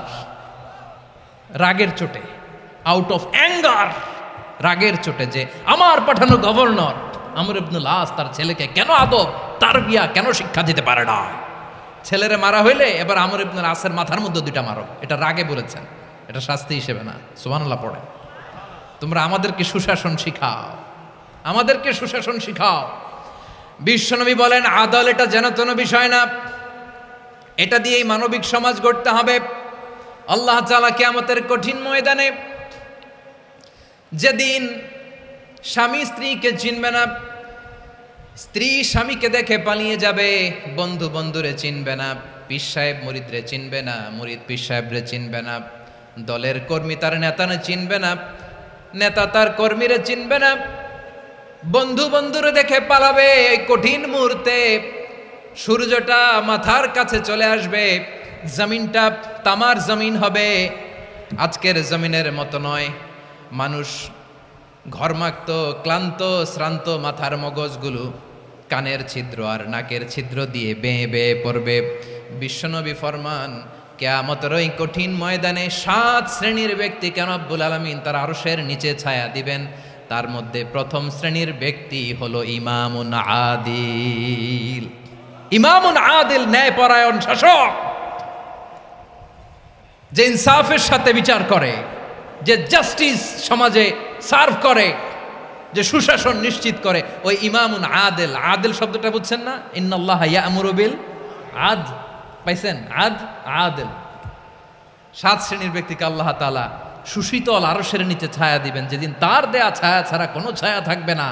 এর প্রথম হচ্ছে ইমামুন আদিল, ন্যায়পরায়ণ শাসক। চিল্লায় বলেন সুবহানাল্লাহ। আবার বিশ্বনবী বললেন, ইন্নাল মুকসিতিনা ইনদাল্লাহি আলা মানাবিরা মিন নূর আন ইয়ামিনির রহমান। কিয়ামতের দিন যারা ন্যায়পরায়ণ হিসেবে আল্লাহর সামনে দাঁড়াবে, কিয়ামতের দিন রব্বুল আলামিন তার আরশের ডান দিকে ওই ন্যায়পরায়ণ লোকদের জন্য আরশের ডান দিকে একটা নূরের মিম্বারে তাদেরকে বসার সুযোগ করে দিবে। আল্লাহর আরশের ডান দিকে ন্যায়পরায়ণ লোকদের জন্য আল্লাহ তাআলা নূরের মিম্বার বানাবে। 4টে কেন কথা মনে করেছেন? আল আদাল, জাস্টিস। ইন্নাল্লাহা ইয়া'মুরু বিল আদল। আল্লাহ তাআলা এই আদালতের নির্দেশনা দেয়, সুবিচার, সুশাসন। প্রিয় ভাইয়েরা, এটা আমরা বাংলাদেশে চাই কি চাই না? এই যে অরাজকতা, এই যে অন্যায়, এই যে জুলুম, এই যে ইনকনসিস্টেন্সি, সমাজের অসঙ্গতির প্রধান কারণ জাস্টিস নাই, সুবিচার নাই, সুশাসন নাই। শেষবারের মতো আওয়াজ করে বলেন তো, আমরা বাংলাদেশে আদল চাই কি চাই না? তাহলে প্রথম নির্দেশনা শেষ। আল্লাহ তাআলা তোমাদেরকে আদলের আদেশ দেন। এরপরে আল্লাহ বললেন, আমি তোমাদেরকে ইহসানের আদেশ দেই। ইন্নাল্লাহা ইয়া'মুরু বিল আদলি ওয়াল ইহসান। আমি তোমাদেরকে যেমনি আদলের নির্দেশনা দেই, তেমনি ভাবে তোমাদেরকে ইহসানের নির্দেশনা দেই। ইহসান, আওয়াজ করে সবাই বলেন তো ইহসান। সবাই বলেননি? সবাই বললে এতটুকু আওয়াজ হবে আমি বিশ্বাস করি না। আওয়াজ করে বলুন আল ইহসান। ইহসান মানে কারো প্রতি সফট হার্টেড হওয়া, মহানুভব হওয়া, অনুগ্রহ পরায়ণ হওয়া, অনুগ্রহশীল হওয়া, একে অপরের প্রতি দয়াদ্র হওয়া। একে অপরের প্রতি দয়াদ্র, অনুগ্রহশীল হওয়া ছাড়া মানবিক সমাজ কশিনকালেও গঠন করা সম্ভব না। প্রিয় ভাইয়েরা, সুন্দর আচরণ দিয়ে, ইহসান দিয়ে যা জয় করা যায়, নরম আচরণ দিয়ে যেটা অর্জন করা যায়, কঠোরতা দিয়ে সেটা পারা যায় না। বিষ্ণু ঈসা ইসলাম ইহসান দিয়ে, কোমল আচরণ দিয়ে, তার অনুগ্রহ দিয়ে তিনি অনেক কাফিরের হৃদয়কে জয় করে ফেলেছেন। সাইয়েদনা সুমামা ইবনে উসাল রাদিয়াল্লাহু তাআলা আনহুর কথা মনে পড়ে যায়। তিনি ছিলেন ইয়ামামার বাদশা। মদিনাতে বিশ্বনবীকে হত্যা করার নিয়তে এসেছিলেন। গোপনে গোপনে বিশ্বনবীকে হত্যা করে আবার ইয়ামামাতে তিনি ফিরে যাবেন। কিন্তু কি অবাক করা কাণ্ড, হত্যা করতে পারে নাই, সাহাবাদের হাতে তিনি ধরা পড়ে গেলেন। সাইয়েদনা সুমামা ইবনে উসাল রাদিয়াল্লাহু তাআলা আনহু হত্যার নিয়তে আসলেন, কিন্তু হত্যা করতে পারলেন না। সাহাবারা ওনাকে ধরে ফেললেন, ধরে মসজিদে নববীর পিলারের মধ্যে বেঁধে রাখলেন। সুমামা ইবনে উসাল, সিরাত থেকে শুনে, সিরাত থেকে শোনাচ্ছি, রাদিয়াল্লাহু তাআলা আনহু ইয়ামামার অধিপতি ছিলেন। ইয়ামামা বিশ্বনবীকে হত্যার জন্য আসছেন, ধরা পড়ে গেছেন, এখন মসজিদে নববীতে বেঁধে রাখছে, তার মানে বন্দী। এখন স্ট্যাটাস কি? বন্দী, ক্যাপটিভ। তো বিষ্ণু ঈসা ইসলাম সাহাবাদেরকে বললেন, তার খোঁজ খবর নিও, সুমামা ইবনে উসালের খোঁজ খবর নিও। সাহাবার বলেন, ইয়া রাসূলুল্লাহ, আপনাকে হত্যা করতে এসেছে, তার তো কঠিন ক্যাপিটাল পানিশমেন্ট হওয়া দরকার, কঠিন শাস্তি হওয়া দরকার। বিশ্বনবী বললেন, না, আমি যেটা জানি তোমরা সেটা জানো না, তোমরা সুমামার সাথে ভালো আচরণ করো। বিশ্বনবী সুমামার কাছে গেলেন। প্রথম দিন যে তিনি কালেমার দাওয়াত দিলেন, ইমানের দাওয়াত দিলেন, ইসলামের দাওয়াত দিলেন, রিসালাতের দাওয়াত দিলেন, আখিরাতের দাওয়াত দিলেন। পরের দিন যে বিশ্বনবী সালাতের দাওয়াত দিলেন, যাকাতের দাওয়াত দিলেন, ইসলাম কি, কিভাবে, কেমন করে পালন করতে হয় চমৎকার আর্টিকুলেট করতে শুরু করলেন। তন্ময় হয়ে সুমামা ইবনে উসাল রাদিয়াল্লাহু তাআলা আনহু বিশ্বনবীর কথাগুলো শুনতে আরম্ভ করলো। একদিন নয়, 2 দিন নয়, টানা 3 দিন বিশ্বনবী সুমামার কাছে ইসলামকে প্রেজেন্ট করেছেন, উপস্থাপন করেছেন। আওয়াজ করে বলেন, কয়দিন? তিন দিন মসজিদে নববীতে বাধা। আর সাহাবীদেরকে বললেন তার খোঁজ খবর নিও, তোমরা যে রুটি বানাও এর মধ্যে সবচেয়ে ভালো আটার রুটিটা তারে দিও, সবচেয়ে রিফাইন্ড খেজুর যেটা পিওর খেজুর এটা তারে দিও। আর বিশ্বনবী নিজের উট থেকে দুধ দহন করে ওনার বাড়ির এক কর্মচারীকে বলেছেন দুধ দহন করে সুমামার জন্য নিয়ে যেও। সুবহানাল্লাহ পড়বেন না? সবাই তো অবাক, ইয়ামামা থেকে আসছে নবীকে হত্যা করতে, বিশ্বনবী দেখে তারে জামাই আদর করে, তাকে মজার মজার খাবার দিও, দুধ দিও, আদর আপ্যায়ন করো। একদিন নয়, 2 দিন নয়, টানা 3 দিন বিশ্বনবী এভাবে সুমামার কাছে যেয়ে ইসলামকে প্রেজেন্ট করতে আরম্ভ করলেন, ইসলামকে উপস্থাপন করতে শুরু করলেন। আর তাকে চমৎকার এন্টারটেইনমেন্ট আপ্যায়ন দিতে আরম্ভ করলেন। টানা 3 দিন যখন ইসলামের দ্য বিউটিজ অফ ইসলামের সুমহান বাণী সৌন্দর্য তার কাছে উপস্থাপন শেষ, তাকে আপ্যায়ন শেষ, বিশ্বনবী বললেন সাহাবেদেরকে যাও এবার সুমামার হাতের পায়ের রশি দুটো খুলে দাও। তারা বললেন ইয়া রাসূলুল্লাহ কি বলেন আপনি, ও তো হত্যাকারী, সুযোগ পায় নাই, আপনারে মারতে পারে নাই, ছেড়ে দিলে আবার ও আপনার উপর তলোয়ার নিয়ে ঝাঁপিয়ে পড়বে। নবী এই সিদ্ধান্ত আপনি নিতে যাবেন না। বিশ্বনবী বললেন যেটা বলেছি সেটা করো, সুমামার রশিগুলো ছেড়ে দাও, সুমামার হাতে পায়ের রশিগুলো যে তোমরা খুলে দাও। সাহাবারা তর্ক জুড়ে দিলেন লা ইয়া রাসূলুল্লাহ এমনটা করবেন না, তো ভয়ঙ্কর ভয়ঙ্কর খুনি, কি জানি কি হয়ে যায়। বিশ্বনবী বললেন না, তার হাতে পায়ের রশিগুলো খুলে দাও। সাহাবারা বিশ্বনবীর কথা মতো তার হাতে পায়ের রশিগুলো খুলে দিল। সুমামা মুহূর্তের মধ্যে মসজিদে নববী থেকে বের হয়ে ইয়ামামায় ফিরে না যে মসজিদে নববীর পাশে একটা খেজুর বাগান ছিল সেখানে চলে গেলেন। সেখানে একটা ছোট্ট কুয়া ছিল, কুয়ার পানি দিয়ে তিনি গোসল করলেন। সুবহানাল্লাহ পড়েন। কুয়ার পানি দিয়ে গোসল করে মসজিদে নববীর সামনে এসে বিশ্বনবী এবং সাহাবাদের সামনে দাঁড়িয়ে সাব্বাবা উঁচু করে বললেন আশহাদু আল্লা ইলাহা ইল্লাল্লাহ ওয়া আশহাদু আন্না মুহাম্মাদান আবদুহু ওয়া রাসূলুহু। আল্লাহু আকবার। আমি সাক্ষ্য দিচ্ছি আল্লাহ ছাড়া কোনো ইলাহ নাই, আর মুহাম্মদ আল্লাহ তাআলার প্রেরিত বান্দা এবং রাসূল। প্রিয় ভাইয়েরা, ইহসান দিয়ে যা জয় করা যায়, কঠোরতা দিয়ে সেটা কঠিনকালেও জয় করা যায় না। আওয়াজ করে বলেন ঠিক কি না?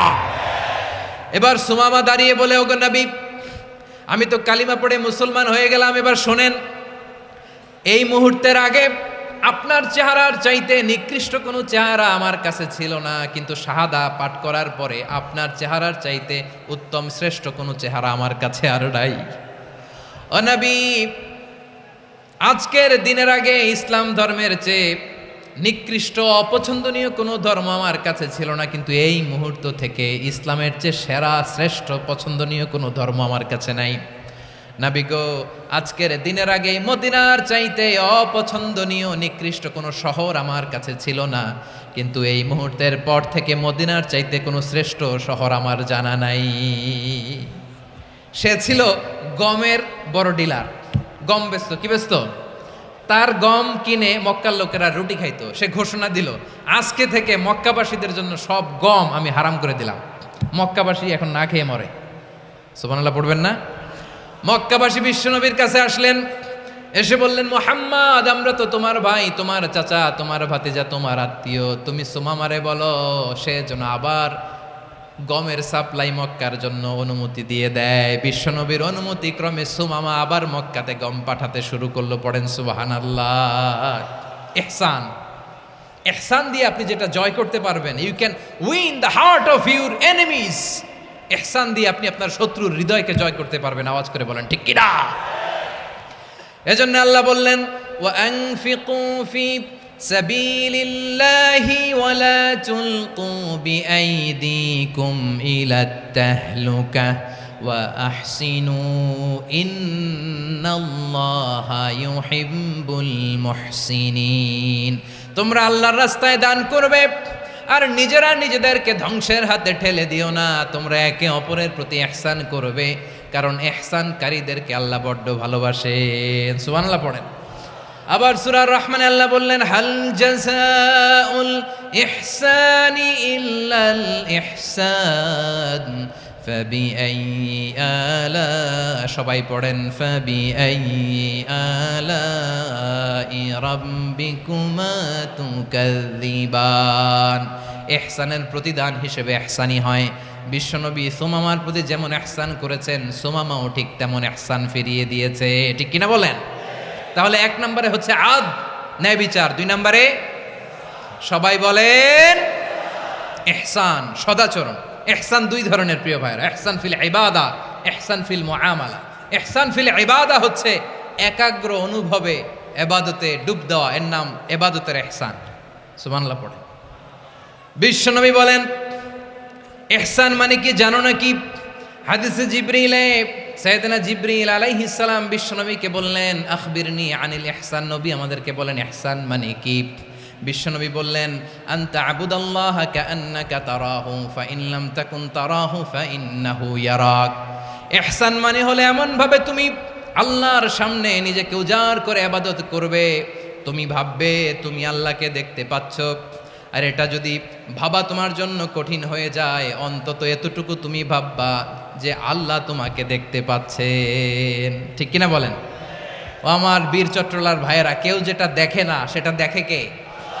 এই বিশ্বাস হৃদয়ের মধ্যে আছে? নামাজে যখন দাঁড়ান এই ফিলিংসটা আনা যাবে? হ্যাঁ, এশার সালাত তো এখনো হয় নাই না? আলোচনা শেষে এশার সালাত এখানে অনুষ্ঠিত হবে, তাই না? আচ্ছা বলুন তো, আমরা এশার সালাত পর্যন্ত বেঁচে থাকবো এই গ্যারান্টি আছে কার কার? হাত তোলেন। কয়েকজন হাত তুলছে পেছনে, না বুঝে তুলে ফেলছে। এশা পর্যন্ত যে আমরা হায়াত পাবো কোনো গ্যারান্টি আছে? সবাই আওয়াজ করে বলেন গ্যারান্টি আছে? গ্যারান্টি নাই। এই জন্য বিষ্ণু ইসলাম বলেছে এমন ভাবে নামাজে দাঁড়াও, ইবাদত করো, মনে করো হতে পারে এটাই আমার জীবনের শেষ নামাজ। Perform the Salah as if this is your last and final prayer. এমনভাবে সালাতে দাঁড়াও, ভাবো হতে পারে এটাই তোমার জীবনের শেষ নামাজ। এমনভাবে নামাজে দাঁড়াও, ভাবো এটাই শেষ নামাজ। তাহলে নামাজে একাগ্রতা বাড়ায় দিবে কে? ফলে ইবাদতের ইহসান আমাদের অর্জিত হবে। আর মুআমালাতে ইহসান হলো,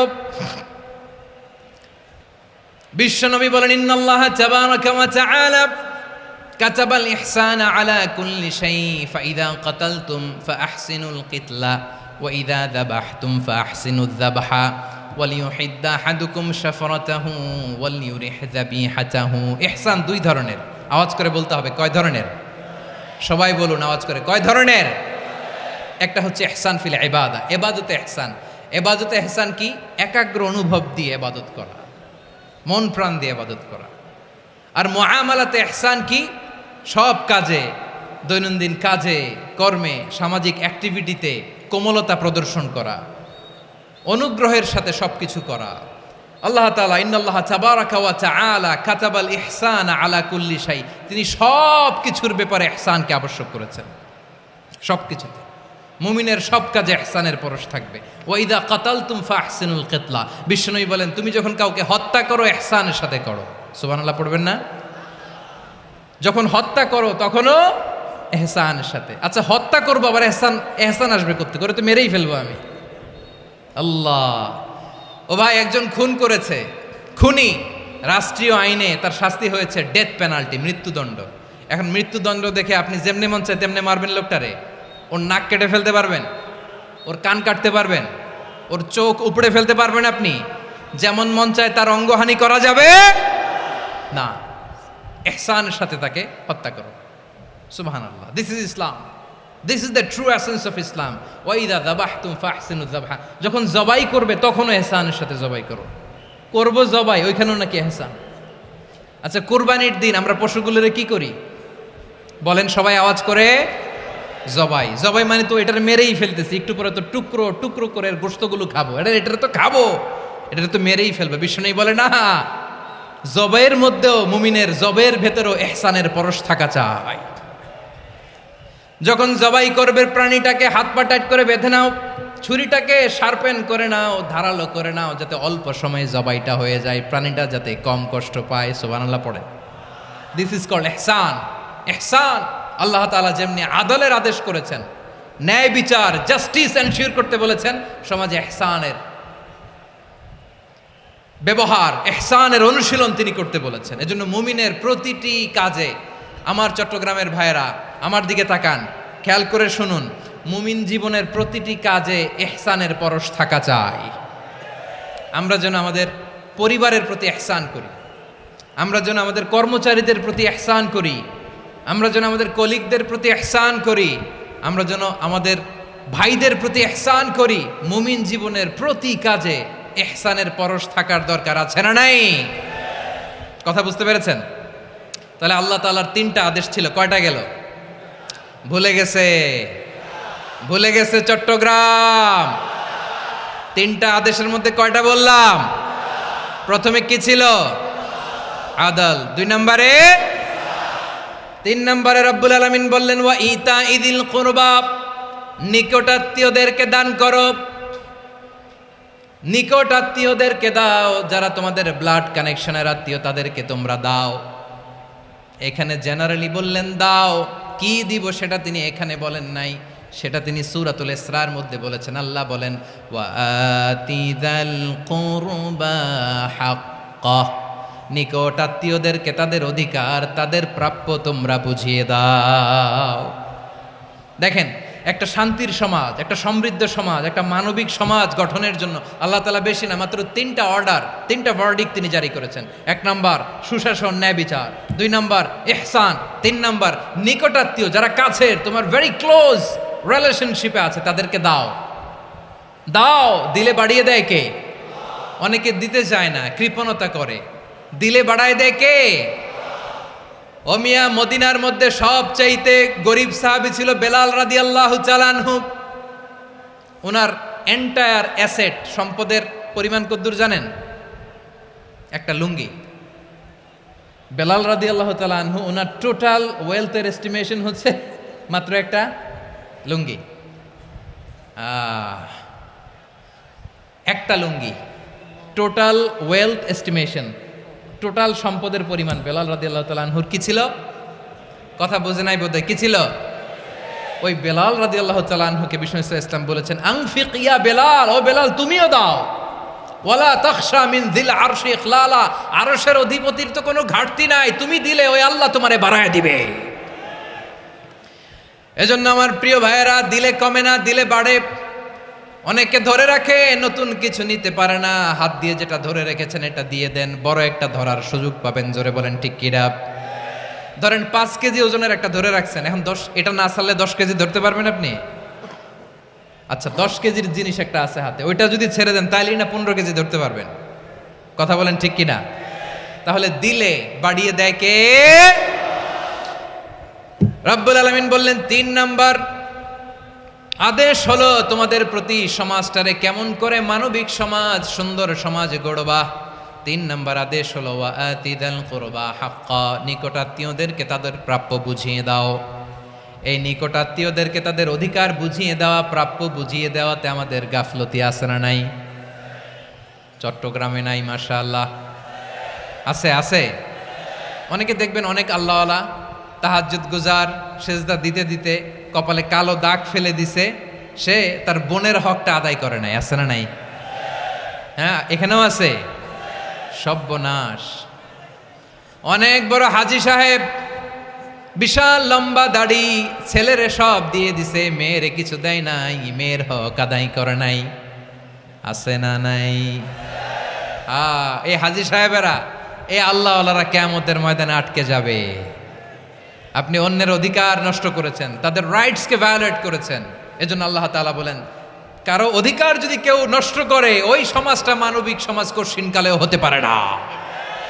এজন্য 3 নম্বর আল্লাহ বললেন ওয়া ইতা ইদিল কুরবা, নিকটাত্মীয়দেরকে দাও। কি দিবা? তাদের অধিকার দিয়ে দাও। বোনের অধিকার বুঝিয়ে দাও, মেয়ের অধিকার বুঝিয়ে দাও, ফুফুর অধিকার বুঝিয়ে দাও। দেখবেন অনেক মায়েরা ছেলের পাতে মুরগির রান দেয়, মেয়ের পাতে দেয় মুরগির ঠ্যাং। এরকম আছে না নাই? ছেলেরা কি দেয়? মুরগির। মেয়ের পাতে কি দেয়? তো মেয়ের কি মুরগির রান খেতে মনে চায় না? মনে চায় না? এমনটা করা যাবে না। নিকটাত্মীয়দেরকে অধিকার দিয়ে দাও, নিকটাত্মীয়ের সাথে সুসম্পর্ক রাখো। আদেশটা কার? এজন্য প্রিয় ভাইয়েরা, জীবনে যদি বারাকা অর্জন করতে চান, নিকটাত্মীয়দের সাথে সুসম্পর্ক রাখতে হবে, তাদের জন্য উপহার পাঠাতে হবে। বিশ্বনবী বলেন লা ইয়াদখুলুল জান্নাতা কাতে, যে ব্যক্তি আত্মীয়তার সম্পর্ককে ছিন্ন করে দেয়, সে কঠিনকালেও আল্লাহর জান্নাতে ঢুকবে না। আপনি কি এটারে সহজ হাদিস মনে করছেন? এটা সহজ কথা? আপনি ভাবছেন আপনার নামাজ আপনারে বাঁচাতে পারবে, আপনার রোজা বাঁচাতে পারবে, আপনার তাহাজ্জুদ আপনারে বাঁচাতে পারবে? আপনি অধিকার নষ্ট করলে কিছুই আপনারে বাঁচাতে পারবে না। এজন্য নিকট আত্মীয়দেরকে দিতে হবে বেশি বেশি। বিশ্বনবী বলেন, ইন্না সাদাকাতা আলাল মিসকিনি সাদাকা ওয়া আলা যির রাহিমি ইসনাতান সাদাকাতুন ওয়া সিলা। মিসকিন রে দান করলে শুধু দানের সওয়াব হয়, নিকট আত্মীয়কে দান করলে দুইটার সওয়াব হয়, সাদাকার সওয়াব হয়, আবার আত্মীয়তার বন্ধন অটুট রাখার সওয়াব হয়ে যায়। আবার বিশ্বনবী বললেন, মান সাররাহু আইয়ুবসাতা লাহু ফি রিজকিহি ওয়া ইউনসা লাহু ফি আসারিহি ফালইয়াসিল রাহিমা। যে ব্যক্তি তার রিজিকের প্রশস্ততা চায় আর হায়াতে বরকত চায়, সে যেন তার আত্মীয়ের সাথে সুসম্পর্ক রাখে। আমার প্রিয় চট্টলার ভাইয়েরা, আমাদের রিজিক বাড়ুক, এটা আমরা চাই কি চাই না? সবাই চান? হ্যাঁ, আমাদের রিজিকে প্রশস্ততা আসুক, চাই কি চাই না? আমাদের হায়াতে বরকত আসুক, আমরা চাই কি চাই না? এই দুইটা যদি চান তাহলে নিকট আত্মীয়দের সাথে সুসম্পর্ক রাখবেন, পারবেন? তাহলে সমাজটারে মানবিক সমাজ বানায় দিবে কে? তিনটা আদেশ চলে গেল। কয়টা? আওয়াজ করে বলেন। 1 নম্বরে কি ছিল?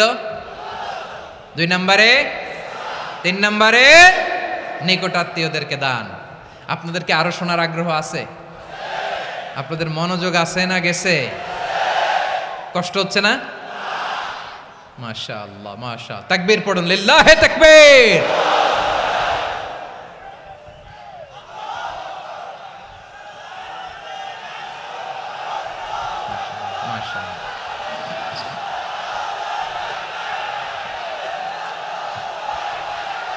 আমার প্রিয় ভাইয়েরা, আল্লাহ তাআলা 3টা জিনিসের যেমনি আদেশ করেছেন, অনুরূপভাবে 3টা বিষয় তিনি বারণ করেছেন, নিষেধ করেছেন। ওগুলোর কাছেও যাওয়া যাবে?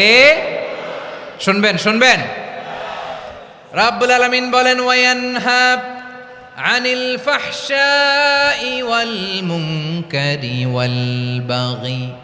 আমি যেমনি 3টি বিষয়ে আদেশ করলাম, অনুরূপভাবে 3টি বিষয়ে বারণ করলাম, নিষেধ করলাম। আমার 1 নাম্বার নিষেধাজ্ঞা হলো অশ্লীলতার প্রতি। ফাহশা, ওয়ায়ানহা আনিল ফাহশা। আল্লাহ তাআলা অশ্লীলতাকে নিষেধ করেছেন। কোন জিনিসকে? সবাই বলুন, কোন জিনিসকে? যত ধরনের, যত টাইপের, যত ক্যাটাগরির অশ্লীলতা হতে পারে, সব অশ্লীলতাকে হারাম করেছেন কে? ফাহশা মানে কি? কথায়, কাজে, আচরণে, কমেন্ট, ফেসবুকের কমেন্টসে যত ধরনের নোংরামো আছে, যত ধরনের অশ্লীলতা আছে, এটাকে আরবিতে বলে ফাহশা। এটাকে কি বলে? রাব্বুল আলামিন বলেন, কুল ইন্নামা হাররামা রাব্বিয়াল ফাওয়াহিশা মা যাহারা মিনহা ওয়া মা বাতান। ও নবী, আপনি বলে দেন, আমার রব প্রকাশ্য, অপ্রকাশ্য, স্পষ্ট কিংবা অস্পষ্ট, দৃশ্যমান কিংবা অদৃশ্যমান সব অশ্লীলতাকে হারাম করেছেন। সব ধরনের অশ্লীলতা হারাম, সব ধরনের। আল্লাহ তাআলা আমাদেরকে অশ্লীলতা থেকে বাঁচায়, অশ্লীলতা থেকে তিনি আমাদেরকে হেফাজত করুক। পড়েন আমিন।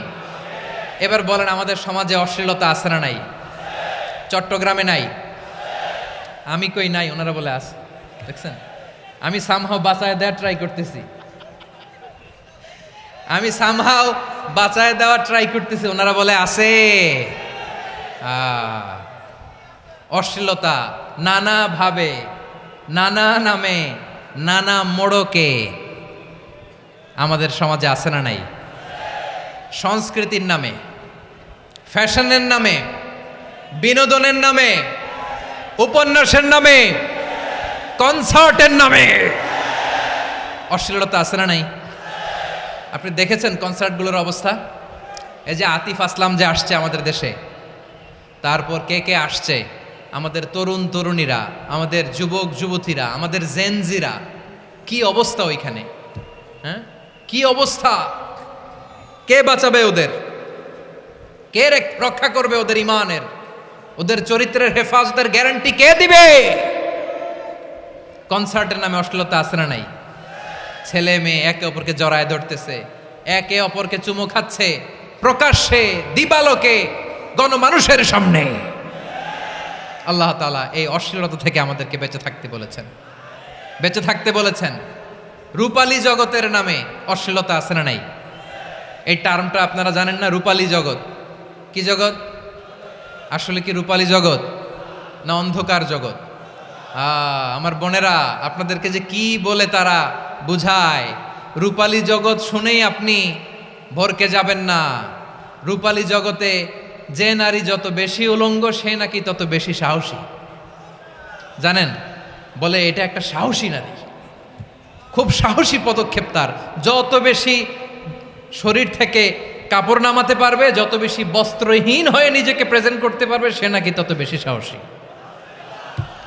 আমার চট্টলার ভাইয়েরা, শয়তানের প্রথম এজেন্ডা ছিল বনি আদমকে বস্ত্রহীন করা। সে আদম এবং হাওয়া আলাইহিস সালামকে নিষিদ্ধ গাছের ফল খাইয়ে তাদেরকে বস্ত্রহীন করেছে। এই জামিনেও সে আমাদেরকে বস্ত্রহীন করতে চাইবে। এই রূপালী জগতের নামে তারা এটা করে। আমার প্রিয় বোনেরা, আপনি জানেন না আপনার দাম কত। ওরা আপনাদেরকে বিজ্ঞাপনের সস্তা পণ্য বানাতে চায়। ওরা আপনাদেরকে ওদের ভোগের লিপসার টুলস বানাতে চায়। ওরা আপনাদেরকে দিয়ে ওদের খায়েশ পূরণ করতে চায়। এটা আপনাদের জন্য মোটেও ডিগনিটি নয়, এটা আপনাদের জন্য সম্মান নয়। আপনার সম্মান শালীনতায়, আপনার সম্মান হেজাবে, আপনার সম্মান ভদ্রতায়, আপনার সম্মান আপনার ডিসেন্ট পোশাকে। পোশাক বলে দেয় এই নারীটা ভদ্র না অভদ্র। পোশাক বলে দেয় এই মেয়েটা কোন ঘরের মেয়ে।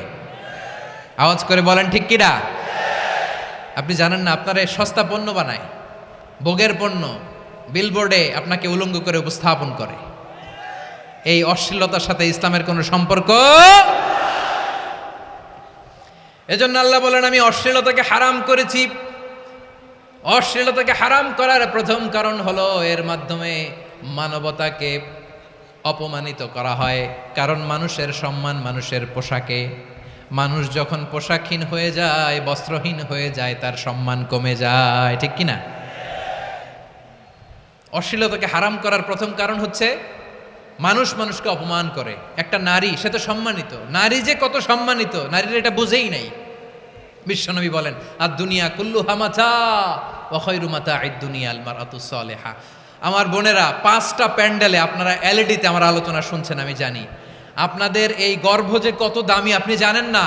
আপনার পেট থেকেই আসবে আগামী দিনের সালাহুদ্দিন আল আইয়ুবী। আপনার পেট থেকেই আসবে অনাগত দিনের ইমাম মাহদী আল মুনতাজার। আপনার পেট থেকেই আসবে অনাগত দিনের ফয়সাল, ওয়াসিম, মুগ্ধ, আবু সাইদের মতো বীর যোদ্ধা।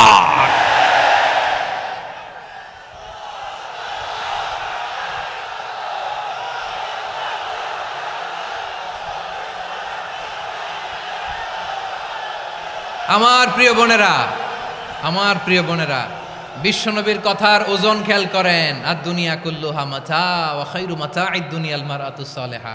দুনিয়ার সবকিছুই অ্যাসেট, এর মধ্যে সবচেয়ে দামি অ্যাসেট নেককার নারী। আপনার গর্ভ যে কত দামি আপনি জানেন না। নিজের সময়টাকে কাজে লাগান, কোরআন পড়েন, সুন্নাহ পড়েন। আপনার অনেক দায়িত্ব ঘরে। You are the MD of your family. একটা family it's a very big institution. পরিবার একটা অনেক বড় প্রতিষ্ঠান। And you are the MD of your institution. আপনি এই পরিবারের MD, managing director of your family. এখানে আপনার কত দায়িত্ব। আপনি ছেলেমেয়েদেরকে তারবিয়া করবেন। আপনি আপনার স্বামীর জন্য ঘরটার জান্নাতের নীর বানাবেন। আপনার জন্য জান্নাতের ডুপ্লেক্স বাড়ি ওইখানে তৈরি করে রাখবে কে? আপনি যে কত দামি আপনি জানেন না। নারীদেরকে আল্লাহ বানিয়েছেন উচ্চতর করে, নিম্নতর নয়। নারীদেরকে ছোট্ট জিনিস দিলে এটারে বড় করে দেয়। নারীদেরকে ভ্রূণ দিলে, শুক্রাণু দিলে নারী এটারে বাচ্চা হিসেবে উপহার দেয়। ঠিক কিনা? বিয়ের মাধ্যমে স্বামী যখন তার শুক্রাণু তার স্ত্রীকে উপহার দেয়, স্ত্রী রিটার্নে কি উপহার দেয়? ফুল ফর্ম বেবি, মানব সন্তান। দেখছেন, আপনি দিলেন একটুকুনি, দিছে বিশাল। আপনি যদি নারীকে বাজার এনে দেন, নারী এটাকে সুস্বাদু খাবারে রূপান্তর করে দেয়। আপনি তাকে একটা মুচকি হাসি দিয়ে দেন, সে তার কলিজা দিয়ে দেয়। কিন্তু যদি আপনি তার মনে কষ্ট দেন, সে আপনার জীবনকে জাহান্নাম বানায়া দেয়। খবর আছে, নারীর মন বুঝতে পারলে নেয়ামত, বুঝতে না পারলে কিয়ামত। ঠিক কিনা বলেন? আমার প্রিয় বোনেরা, আপনি যে কত দামি আপনি জানেন না, জানেন না আপনি কত দামি, অনেক দামি আপনি। আপনাদেরকে যেন ভোগের সস্তা পণ্য বানাতে না পারে আপনাদেরকে সচেতন থাকতে হবে, সজাগ থাকতে হবে, কনসার্ন থাকতে হবে। শয়তানের ওই হাতছানির দিকে আর নজর দেওয়া যাবে না। তাহলে কেন আল্লাহ তাআলা এই ফাহশা অশ্লীলতাকে হারাম করলেন? 1 নাম্বার, এতে হিউম্যান ডিগনিটি কমে। 2 নাম্বার, এতে মানুষের অধিকার নষ্ট হয়। আপনি বিয়ে করেছেন এরে, পরকিয়া করেন ওর সাথে, এরকম আছে না নাই? স্ত্রীর অধিকার নষ্ট করেছেন। আপনি বিবাহ সম্পর্কে আবদ্ধ হয়েছেন তার সাথে, আপনি পরকিয়া করেন ওই ছেলের সাথে, আপনি আপনার হাজবেন্ডের সাথে বিট্রে করেছেন। এজন্য আল্লাহ অশ্লীলতাকে হারাম করেছেন। অশ্লীলতাকে হারাম করার আরেকটা কারণ হচ্ছে আল্লাহ তাআলা এই হিউম্যান জেনারেশনকে এটাকে প্রিজার্ভ করতে চায়। হিফজুন নাসল, এটা মাকাসিদুশ শরিয়ার অনেক গুরুত্বপূর্ণ একটা মাকাসিদ, অনেক গুরুত্বপূর্ণ। আপনার নাসল, আপনার জেনারেশনকে সংরক্ষণ করা। এই যে আসতেছে ফেব্রুয়ারি, কত ফেব্রুয়ারি জানো? এটা কি বিশ্ব ভালোবাসা দিবস? হ্যাঁ, কি দিবস? এই বিশ্ব ভালোবাসা দিবসের সাথে মুসলমানদের কোনো সম্পর্ক নাই। আমার প্রিয় ভাইরা, এই যে আপনি অবৈধ সম্পর্কে জড়ালেন, কেন আল্লাহ অশ্লীলতাকে হারাম করেছে দেখেন। বলতেছিলাম যে এটা আপনার নাসল, আপনার জেনারেশন, আপনার লিনিয়েজ, আপনার বংশকে প্রিজার্ভ করা। কে কার বাবা, কে কার মা, বাবা মা জানা, প্রজন্মকে প্রিজার্ভ করা, এটা ইসলাম ওয়াজিব করে দিয়েছে। এই যে অবৈধ সম্পর্কের কারণে, বিশ্ব বেহায়া দিবসের কারণে, এগুলোর আউটকাম, আউটপুট হিসেবে মাঝে মাঝে এই ঢাকা মেডিকেলের ডাস্টবিনে নবজাতকের বাচ্চার কান্নার আওয়াজ শুনতে পাওয়া যায়। চট্টগ্রাম মেডিকেলের ডাস্টবিনে নবজাতকের কান্না শুনতে পাওয়া যায়। বীর চট্টলার মুসলমানেরা বুঝতে পারলে আওয়াজ করে বলেন, এই যে চট্টগ্রাম মেডিকেলে যে নবজাতকটা পাওয়া গেল, ওর বাবাকে আমাকে বলেন, ওর বাবাকে, ওর মাকে, ও কোন ফ্যামিলির সন্তান কেউ জানে? আপনি হিউম্যান ডিগনিটিকে অপমান করেছেন না? আপনি তার ভবিষ্যৎকে অন্ধকার করেছেন না? আপনি তার লিনিয়েজকে প্রশ্নবিদ্ধ করে দিয়েছেন না? এই জন্য আল্লাহ তাআলা অশ্লীলতাকে আমাদের জন্য হারাম করে দিয়েছেন। পড়েন সুবহানাল্লাহ। এই জন্য রাব্বুল আলামিন বলেন, কুল ইন্নামা হাররামা রাব্বিয়াল ফাওয়াহিশা মা যাহারা মিনহা ওয়া মা বাতান। প্রকাশ্য অপ্রকাশ্য সব অশ্লীলতাকে হারাম ঘোষণা করে দিয়েছে কে? আবার দুনিয়ার বুকে যারা অশ্লীলতার প্রসার করে তাদের জন্য শাস্তি মজুদ রেখেছে কে?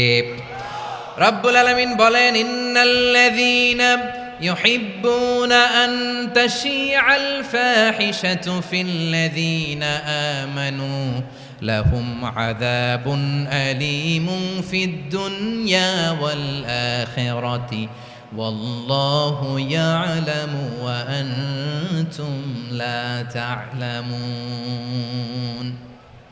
নিশ্চয়ই যারা বিশ্বাসীদের মাঝে অশ্লীলতার প্রচার প্রসার করতে চায় তাদের জন্য আমি মর্মন্তুদ শাস্তি প্রস্তুত করে রেখেছি, দুনিয়াতেও রেখেছি, আখিরাতেও রেখেছি। ঘোষণাটা কার?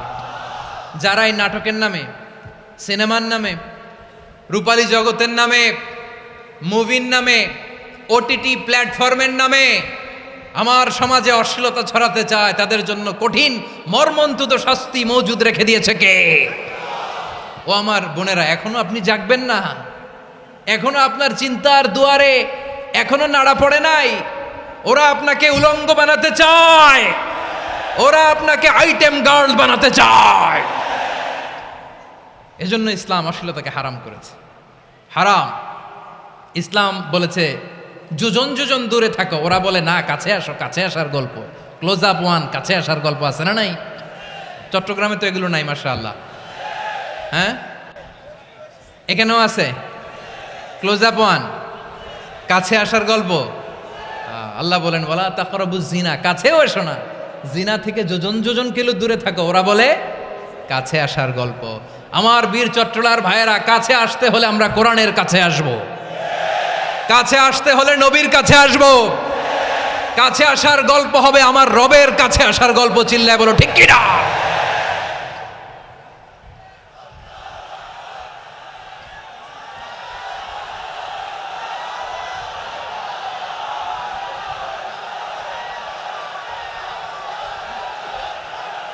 বসুন, বসুন আমার ভাইয়েরা।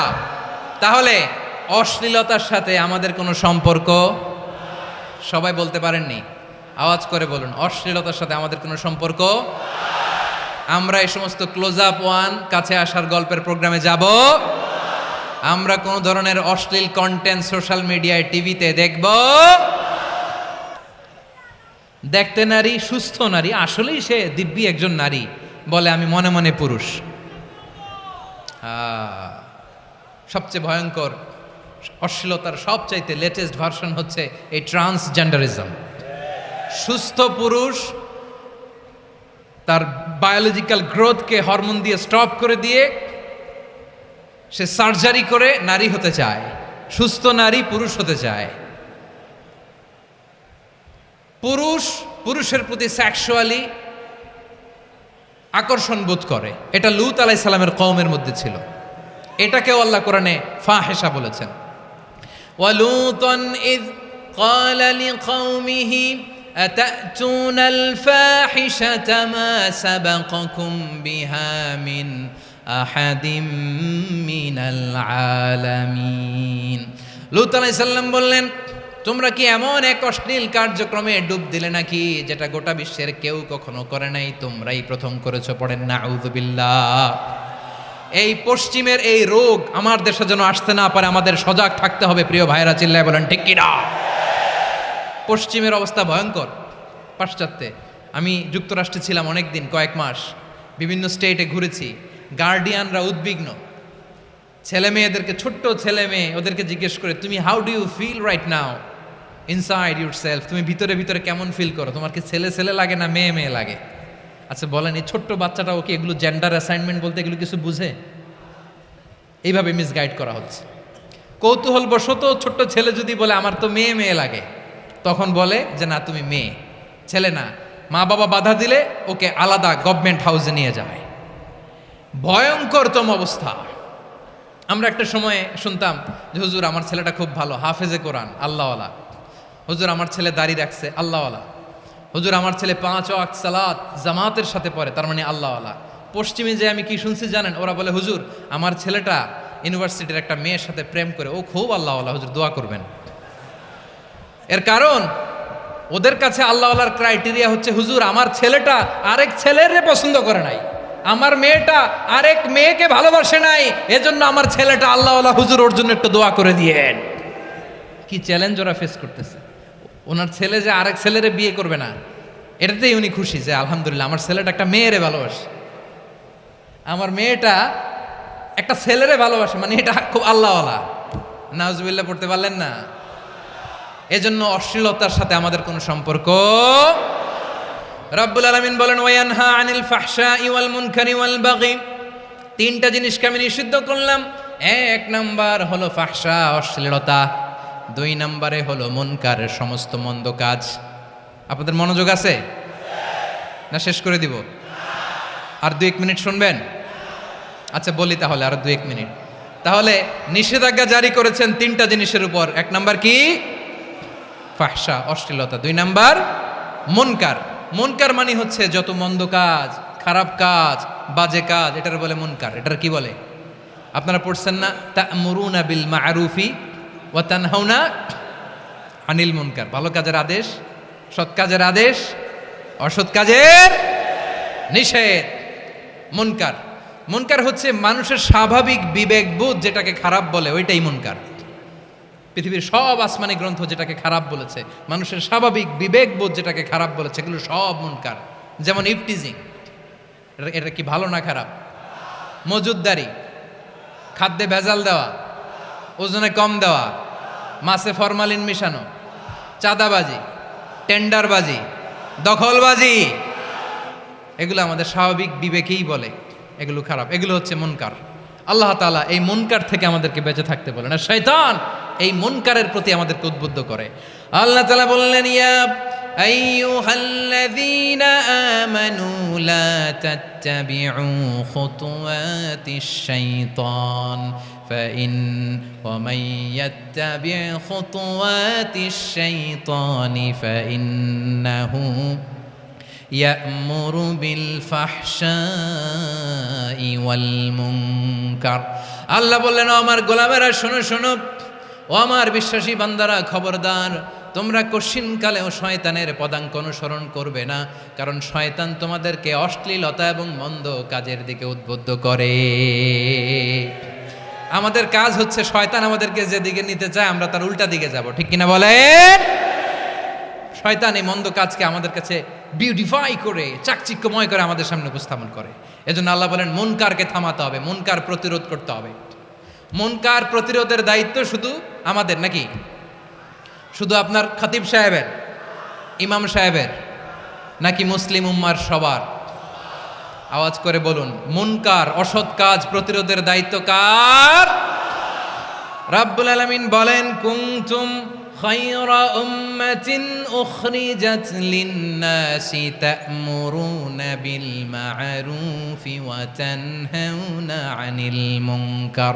তোমাদেরকে শ্রেষ্ঠ জাতি করে জমিনের মধ্যে আবির্ভূত করা হয়েছে, যাতে করে তোমরা জমিনের ভেতরে সৎ কাজের আদেশ করতে পারো আর অসৎ কাজের নিষেধ করতে পারো। উম্মা কুনতুম খায়রা, তাহলে গোটা উম্মার দায়িত্ব, এটা বুঝতে পারছেন তো? আচ্ছা, আরো নিচে আসেন। এরপরে আল্লাহ বললেন, শুধু উম্মা না, এই জমিনের রাজত্ব আমি যাদের হাতে দেই, এই জমিনের মালিক আমি যাদেরকে বানিয়ে দেই, যাদেরকে আমি সরকারের দায়িত্ব দেই, তাদেরকেও মুনকার প্রতিরোধের দায়িত্ব দিয়েছে কে? আল্লাহ বলেন, যারা ক্ষমতার মসনদে বসেছে তাদেরকে 4 দফা কর্মসূচি আমি আল্লাহ দিলাম। আওয়াজ করে বলেন, কয় দফা? আল্লাহ বলেন, আল্লাযীনা ইম্মাক্কান্নাহুম ফিল আরদি আকামুস সালাতা ওয়া আতাউয যাকাতা ওয়া আমারু বিল মা'রুফি ওয়া নাহাউ আনিল মুনকার ওয়ালিল্লাহি আকিবাতুল উমুর। যারা এই জমিনের উত্তরাধিকার হয়েছে তারা 4 দফা কর্মসূচি নিয়ে সামনে আগাবা। সালাত কায়েম করবা, যাকাত আদায় করবা, সৎ কাজের আদেশ দিবা, অসৎ কাজ থেকে মুনকার প্রতিরোধ করবা। আদেশটা কার? আমার প্রিয় চট্টলার ভাইয়েরা, পুরো উম্মার দায়িত্ব মুনকার প্রতিরোধ করা, সরকার প্রধানের দায়িত্ব মুনকার প্রতিরোধ করা। এরপর আল্লাহ বলেন, প্রতিটা ফ্যামিলির যিনি প্রধান সিইও বাবা, প্রত্যেক বাবারও দায়িত্ব এই মুনকার প্রতিরোধ করা। আওয়াজ করে বলেন ঠিক কিনা? যেমনটি সাইয়েদনা লুকমান আলাইহিস সালাম ওনার কলিজার টুকরা সন্তানকে আদেশ করেছেন, ইয়া বুনাইয়া আকিমিস সালাতা ওয়া'মুর বিল মা'রুফি ওয়ানহা আনিল মুনকার। পড়েন সুবহানাল্লাহ। বাবা ছেলেকে সবক দিচ্ছে। কে সবক দিচ্ছে? কাকে? লুকমান আলাইহিস সালাম ছেলেকে বলতেছে, ওরে আমার কলিজার টুকরা সন্তান, ওরে আমার বাছা, নামাজ কায়েম করবা, সৎ কাজের আদেশ দিবা, আর মুনকার প্রতিরোধ করবা, অসৎ কাজ, সমাজ থেকে খারাপ কাজকে ঝেঁটে বিদায় করে দিবা। তাহলে দেখেন, আমি স্টেপ বাই স্টেপ নামলাম। পুরা উম্মার দায়িত্ব, জমিনের উত্তরাধিকারী আল্লাহ যাদেরকে বানিয়েছেন সরকার, তাদের দায়িত্ব, প্রতিটি ফ্যামিলির প্রধানের দায়িত্ব। এরপরে বিশ্বনবী বলেন, সচেতন প্রতিটি মুসলিমের দায়িত্ব সমাজ থেকে মুনকারকে উৎখাত করা। বিশ্বনবী বলেছেন, মান রাআ মিনকুম মুনকারান ফালিয়ুগাইয়িরহু বিয়াদিহি ফাইন লাম ইয়াস্তাতি ফাবিলিসানিহি ওয়া ইন লাম ইয়াস্তাতি ফাবিকলবিহি ওয়া যালিকা আযআফুল ঈমান। সমাজে যে মুনকার দেখবে, খারাপ কাজ দেখবে, সে যেন হাত দিয়ে সেটাকে থামায়। কি দিয়ে? আপনাদের তো হাত নাই না? হাত আছে, হাত আছে। ওরা যেই হাত দিয়ে অন্যায় করে ওইটা প্রতিরোধের জন্য আমাদেরও হাত আছে না নাই? থামাতে হবে, থামাতে হবে।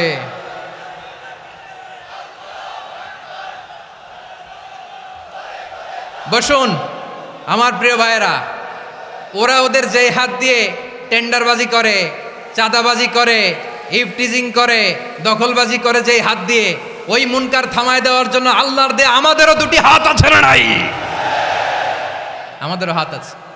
থামাইতে হবে, থামাইতে হবে, হিম্মত করতে হবে। আমার প্রিয় ভাইয়েরা, না থামালে আমরাই ডুববো শেষমেশ। আমাদের বাঁচার জন্য হলেও থামাইতে হবে। রব্বুল আলামিন বলেন, ওয়াত্তাকু ফিতনাতাল লা তুসিবান্নাল্লাযীনা লিল্লাযীনা যালামু মিনকুম খাসসা। ও আমার গোলামেরা, ওই আযাবকে ভয় করো যে আযাব যখন আমি জমিনের বুকে পাঠাই শুধু জালেমদেরকেই মারি না, আলেমদেরকেও মারি। আযাব যখন আসে তখন শুধু জালিমই মরে না, আলেমও মরে। জানেন, মুসা আলাইহিস সালামের পায়ে একবার একটা লাল পোকা কামড় দিয়েছে, লাল পিঁপড়া। লাল পিঁপড়া কামড় দিলে খুব আরাম লাগে না? কি লাগে? হ্যাঁ, জলে না? লাল একটা পিঁপড়া কামড় দিছে, তো উনি রেগে মেগে পাশি দেখে লাল পিঁপড়ার বাসা, পা দিয়ে ডলে মুছে সবগুলো পিঁপড়া মেরে ফেলছে। এই ঘটনাটা আল্লাহ ঘটিয়েছেন। এজন্য মুসা আলাইহিস সালাম ছিলেন কালিমুল্লাহ, সরাসরি আল্লাহর সাথে কথা বলতেন। তিনি আল্লাহকে জিজ্ঞেস করেছিলেন, আল্লাহ তুমি যখন কোনো জনপদে আযাব পাঠাও, শাস্তি দাও, ওখানকার শুধু জালেমরাই তো মরে না, ভালো মানুষগুলাও মরে, তো আযাব দিবা মুশরিকদের উপর দিবা, অবাধ্যদের উপর দিবা, ভালো মানুষগুলারে মারো কেন? আল্লাহ বললেন, মুসা তোমার যে কামড় দিছিল পায়ের মধ্যে পিঁপড়া, কয়টা পিঁপড়া? জোরে বলেন। একটা পিঁপড়া, তো সবগুলারে মারলা কেন? রেগে মেগে পুরো পিঁপড়ার বাসা ভেঙে ম্যাসাকার করলা কেন? এই মুসা, আমি যখন অ্যাকশনে যাই, আমি যখন শাস্তি দেই, তখন এত বাস বিচার করা হয় না, বাস বিচার করা যায় না। যখন অ্যাকশনে যাওয়া হয় ওইটা ডাইরেক্ট অ্যাকশন হয়ে যায়। চিল্লায় বলো ঠিক কি না? এজন্য আমাদের বাঁচার জন্য হলে ওই পাপ থামাতে হবে, এই শয়তানের অট্টহাসি থামাতে হবে, অন্যায় অপরাধ সমাজ থেকে আমাদের থামাতে হবে। কারণ আযাব আসলে ওরাও মরবে, আমরাও মরব। একটা জাহাজ 2 তলা, আপনি আছেন 2য় তলায়, শুনতেছেন? শুনতেছেন? জাহাজ কয় তলা? আপনি কোন তলায়? 2য় তলায়। নিচের তলার কিছু লোক জাহাজের তলা ছিদ্র করতে আরম্ভ করছে। কি ছিদ্র করতেছে? আচ্ছা, জাহাজের তলা ছিদ্র করলে তলা দিয়ে কি ঢুকে? এখন আপনি যদি বলেন আমার কি, আমি তো 2 তলায়, আমার কি, আমি তো সেফ, আমি ইন দ্য সেফ জোন, আমি তো ভালো আছি, আমি তো ভালো আছি, ওরা ছিদ্র করে ওরা মরবে। আসলে কি শুধু ওরা মরবে, নাকি তলা ফুটো হলে ভিতরে পানি ঢুকলে আপনারও সলিল সমাধি হবে? তলা দিয়ে যখন পানি ঢুকবে, জাহাজ ঢুকলে আপনিও মরবেন। এজন্য নিজে মরার আগে ওই পাগলগুলোর নিচতলায় যে থামাতে হবে। চিল্লায় বলেন ঠিক কি না? এজন্য আল্লাহ বললেন, মুনকার প্রতিরোধের দায়িত্ব সমাজের টপ টু বটম সবার। পুরো আম্মার দায়িত্ব, সরকার প্রধানের দায়িত্ব, প্রতিটি ফ্যামিলির প্রধান বাবার দায়িত্ব। বিশ্বনবী বললেন প্রতিটি সচেতন মুসলিমের দায়িত্ব। এজন্য মুনকার প্রতিরোধ করার দরকার আছে না নাই? সমাজে এই যে ইফটিজিং হয়, আপনার বোনের বয়সী একটা মেয়েকে কিছু বখাটে টিটকারি করে, এই বলে সেই বলে, নোংরা কথা বলে, রাস্তায় দেখেও আপনি পাশ দিয়ে না দেখার মতো চলে যান কেন? আপনি দাঁড়ান না কেন? আপনি দাঁড়ালেই তো থেমে যাবে। কারণ সত্যের যে শক্তি, তার সামনে মিথ্যা মুখ থুবড়ে পড়ে। আপনার সামনে ও কিছুই না, নাথিং। আপনি দাঁড়ান, ওকে প্রশ্ন করেন যে আমার বোনকে তুমি ডিস্টার্ব করো কেন? আপনাকে দেখে আরো 5 জন দাঁড়াবে, 5 জনকে দেখে আরো 10 জন দাঁড়াবে। আমাদের নীরবতা আর আমাদের নিশ্চুপ থাকাই জালিমদেরকে আরো শক্তিশালী জালিম বানিয়েছে। এজন্য মুনকার প্রতিরোধের দায়িত্ব আমাদের সবার। টেন্ডারবাজি, চাঁদাবাজি, দুর্নীতি, অপরাধ, দখলদারিত্ব, মজুদদারি, এগুলো সব কিছু একসাথে প্রতিরোধ করতে হবে। ঠিক কিনা বলেন? একটা মানবিক সমাজ যদি চাই, প্রতিরোধ করতে হবে। প্রিয় ভাইয়েরা, আল্লাহর শপথ নিয়ে বলি, এই নাসিহাতগুলো সবার জন্য, সব দলের জন্য, সব মতের মানুষের জন্য। আমরা কোনো দলের প্রতি মানুষকে ডাকি না, আমরা ডাকি ইসলামের দিকে। সব দলের, সব মতের, সব মানুষদেরকে আমরা আহ্বান জানাই, আসুন আমরা একটা সুন্দর সমাজ বিনির্মাণ করি। এই যে নতুন বাংলাদেশের এক সুযোগ এসেছে, আর জীবনে হয়তো আসবে না, সামনের 100 বছর এই সময় আসবে না। আসুন দেশটাকে আমরা সাজাই, আসুন আমরা দুর্নীতি বন্ধ করি, আসুন আমরা চাঁদাবাজি বন্ধ করি, আসুন আমরা দখলদারিত্ব বন্ধ করি, আসুন আমরা এক দল আরেক দলকে নিশ্চিহ্ন করার যে রাজনীতি, এটা বন্ধ করি। সব দলের প্রতি আমার আহ্বান। আমি কিছুদিন আগে একটা নিউজ দেখলাম, ওই যে লন্ডনে বসে জনাব তারেক রহমান সাহেবকে আমি ধন্যবাদ দিতে চাই। উনি সংবাদ শোনা মাত্রই ওনার দলের অনেক চাঁদাবাজকে উনি বহিষ্কার করেছে। I do appreciate. প্রতিটি দলের এরকম ইনিশিয়েটিভ নেওয়ার দরকার আছে না নাই? যে কোনো দলের যে কোনো দলে এই প্র্যাকটিসটা থাকার দরকার আছে না নাই? চাঁদাবাজদের সাথে আপনারা নিজেদেরকে মুক্ত ঘোষণা করবেন যে এরা আমার দলের কর্মী হতে পারে না। আমরা চাঁদাবাজ মুক্ত বাংলাদেশ চাই, জুলুম মুক্ত বাংলাদেশ চাই, ফ্যাসিজম মুক্ত বাংলাদেশ চাই, গুণ খুন খারাপি মুক্ত বাংলাদেশ চাই। আমরা নতুন ভোরের বাংলাদেশ চাই। ওই বাংলাদেশ পাওয়ার জন্য মুনকার প্রতিরোধে, অন্যায় প্রতিরোধে যদি বাঘের বাচ্চার মতো, আবু সাঈদের মতো দুই হাত উঁচু করে বুককে টান টান করে প্রসারিত করে দাঁড়াতে হয়, রাজি আছো মুসলমান? কারা কারা রাজি? আল্লাহকে হাত দেখিয়ে প্রতিজ্ঞা করো।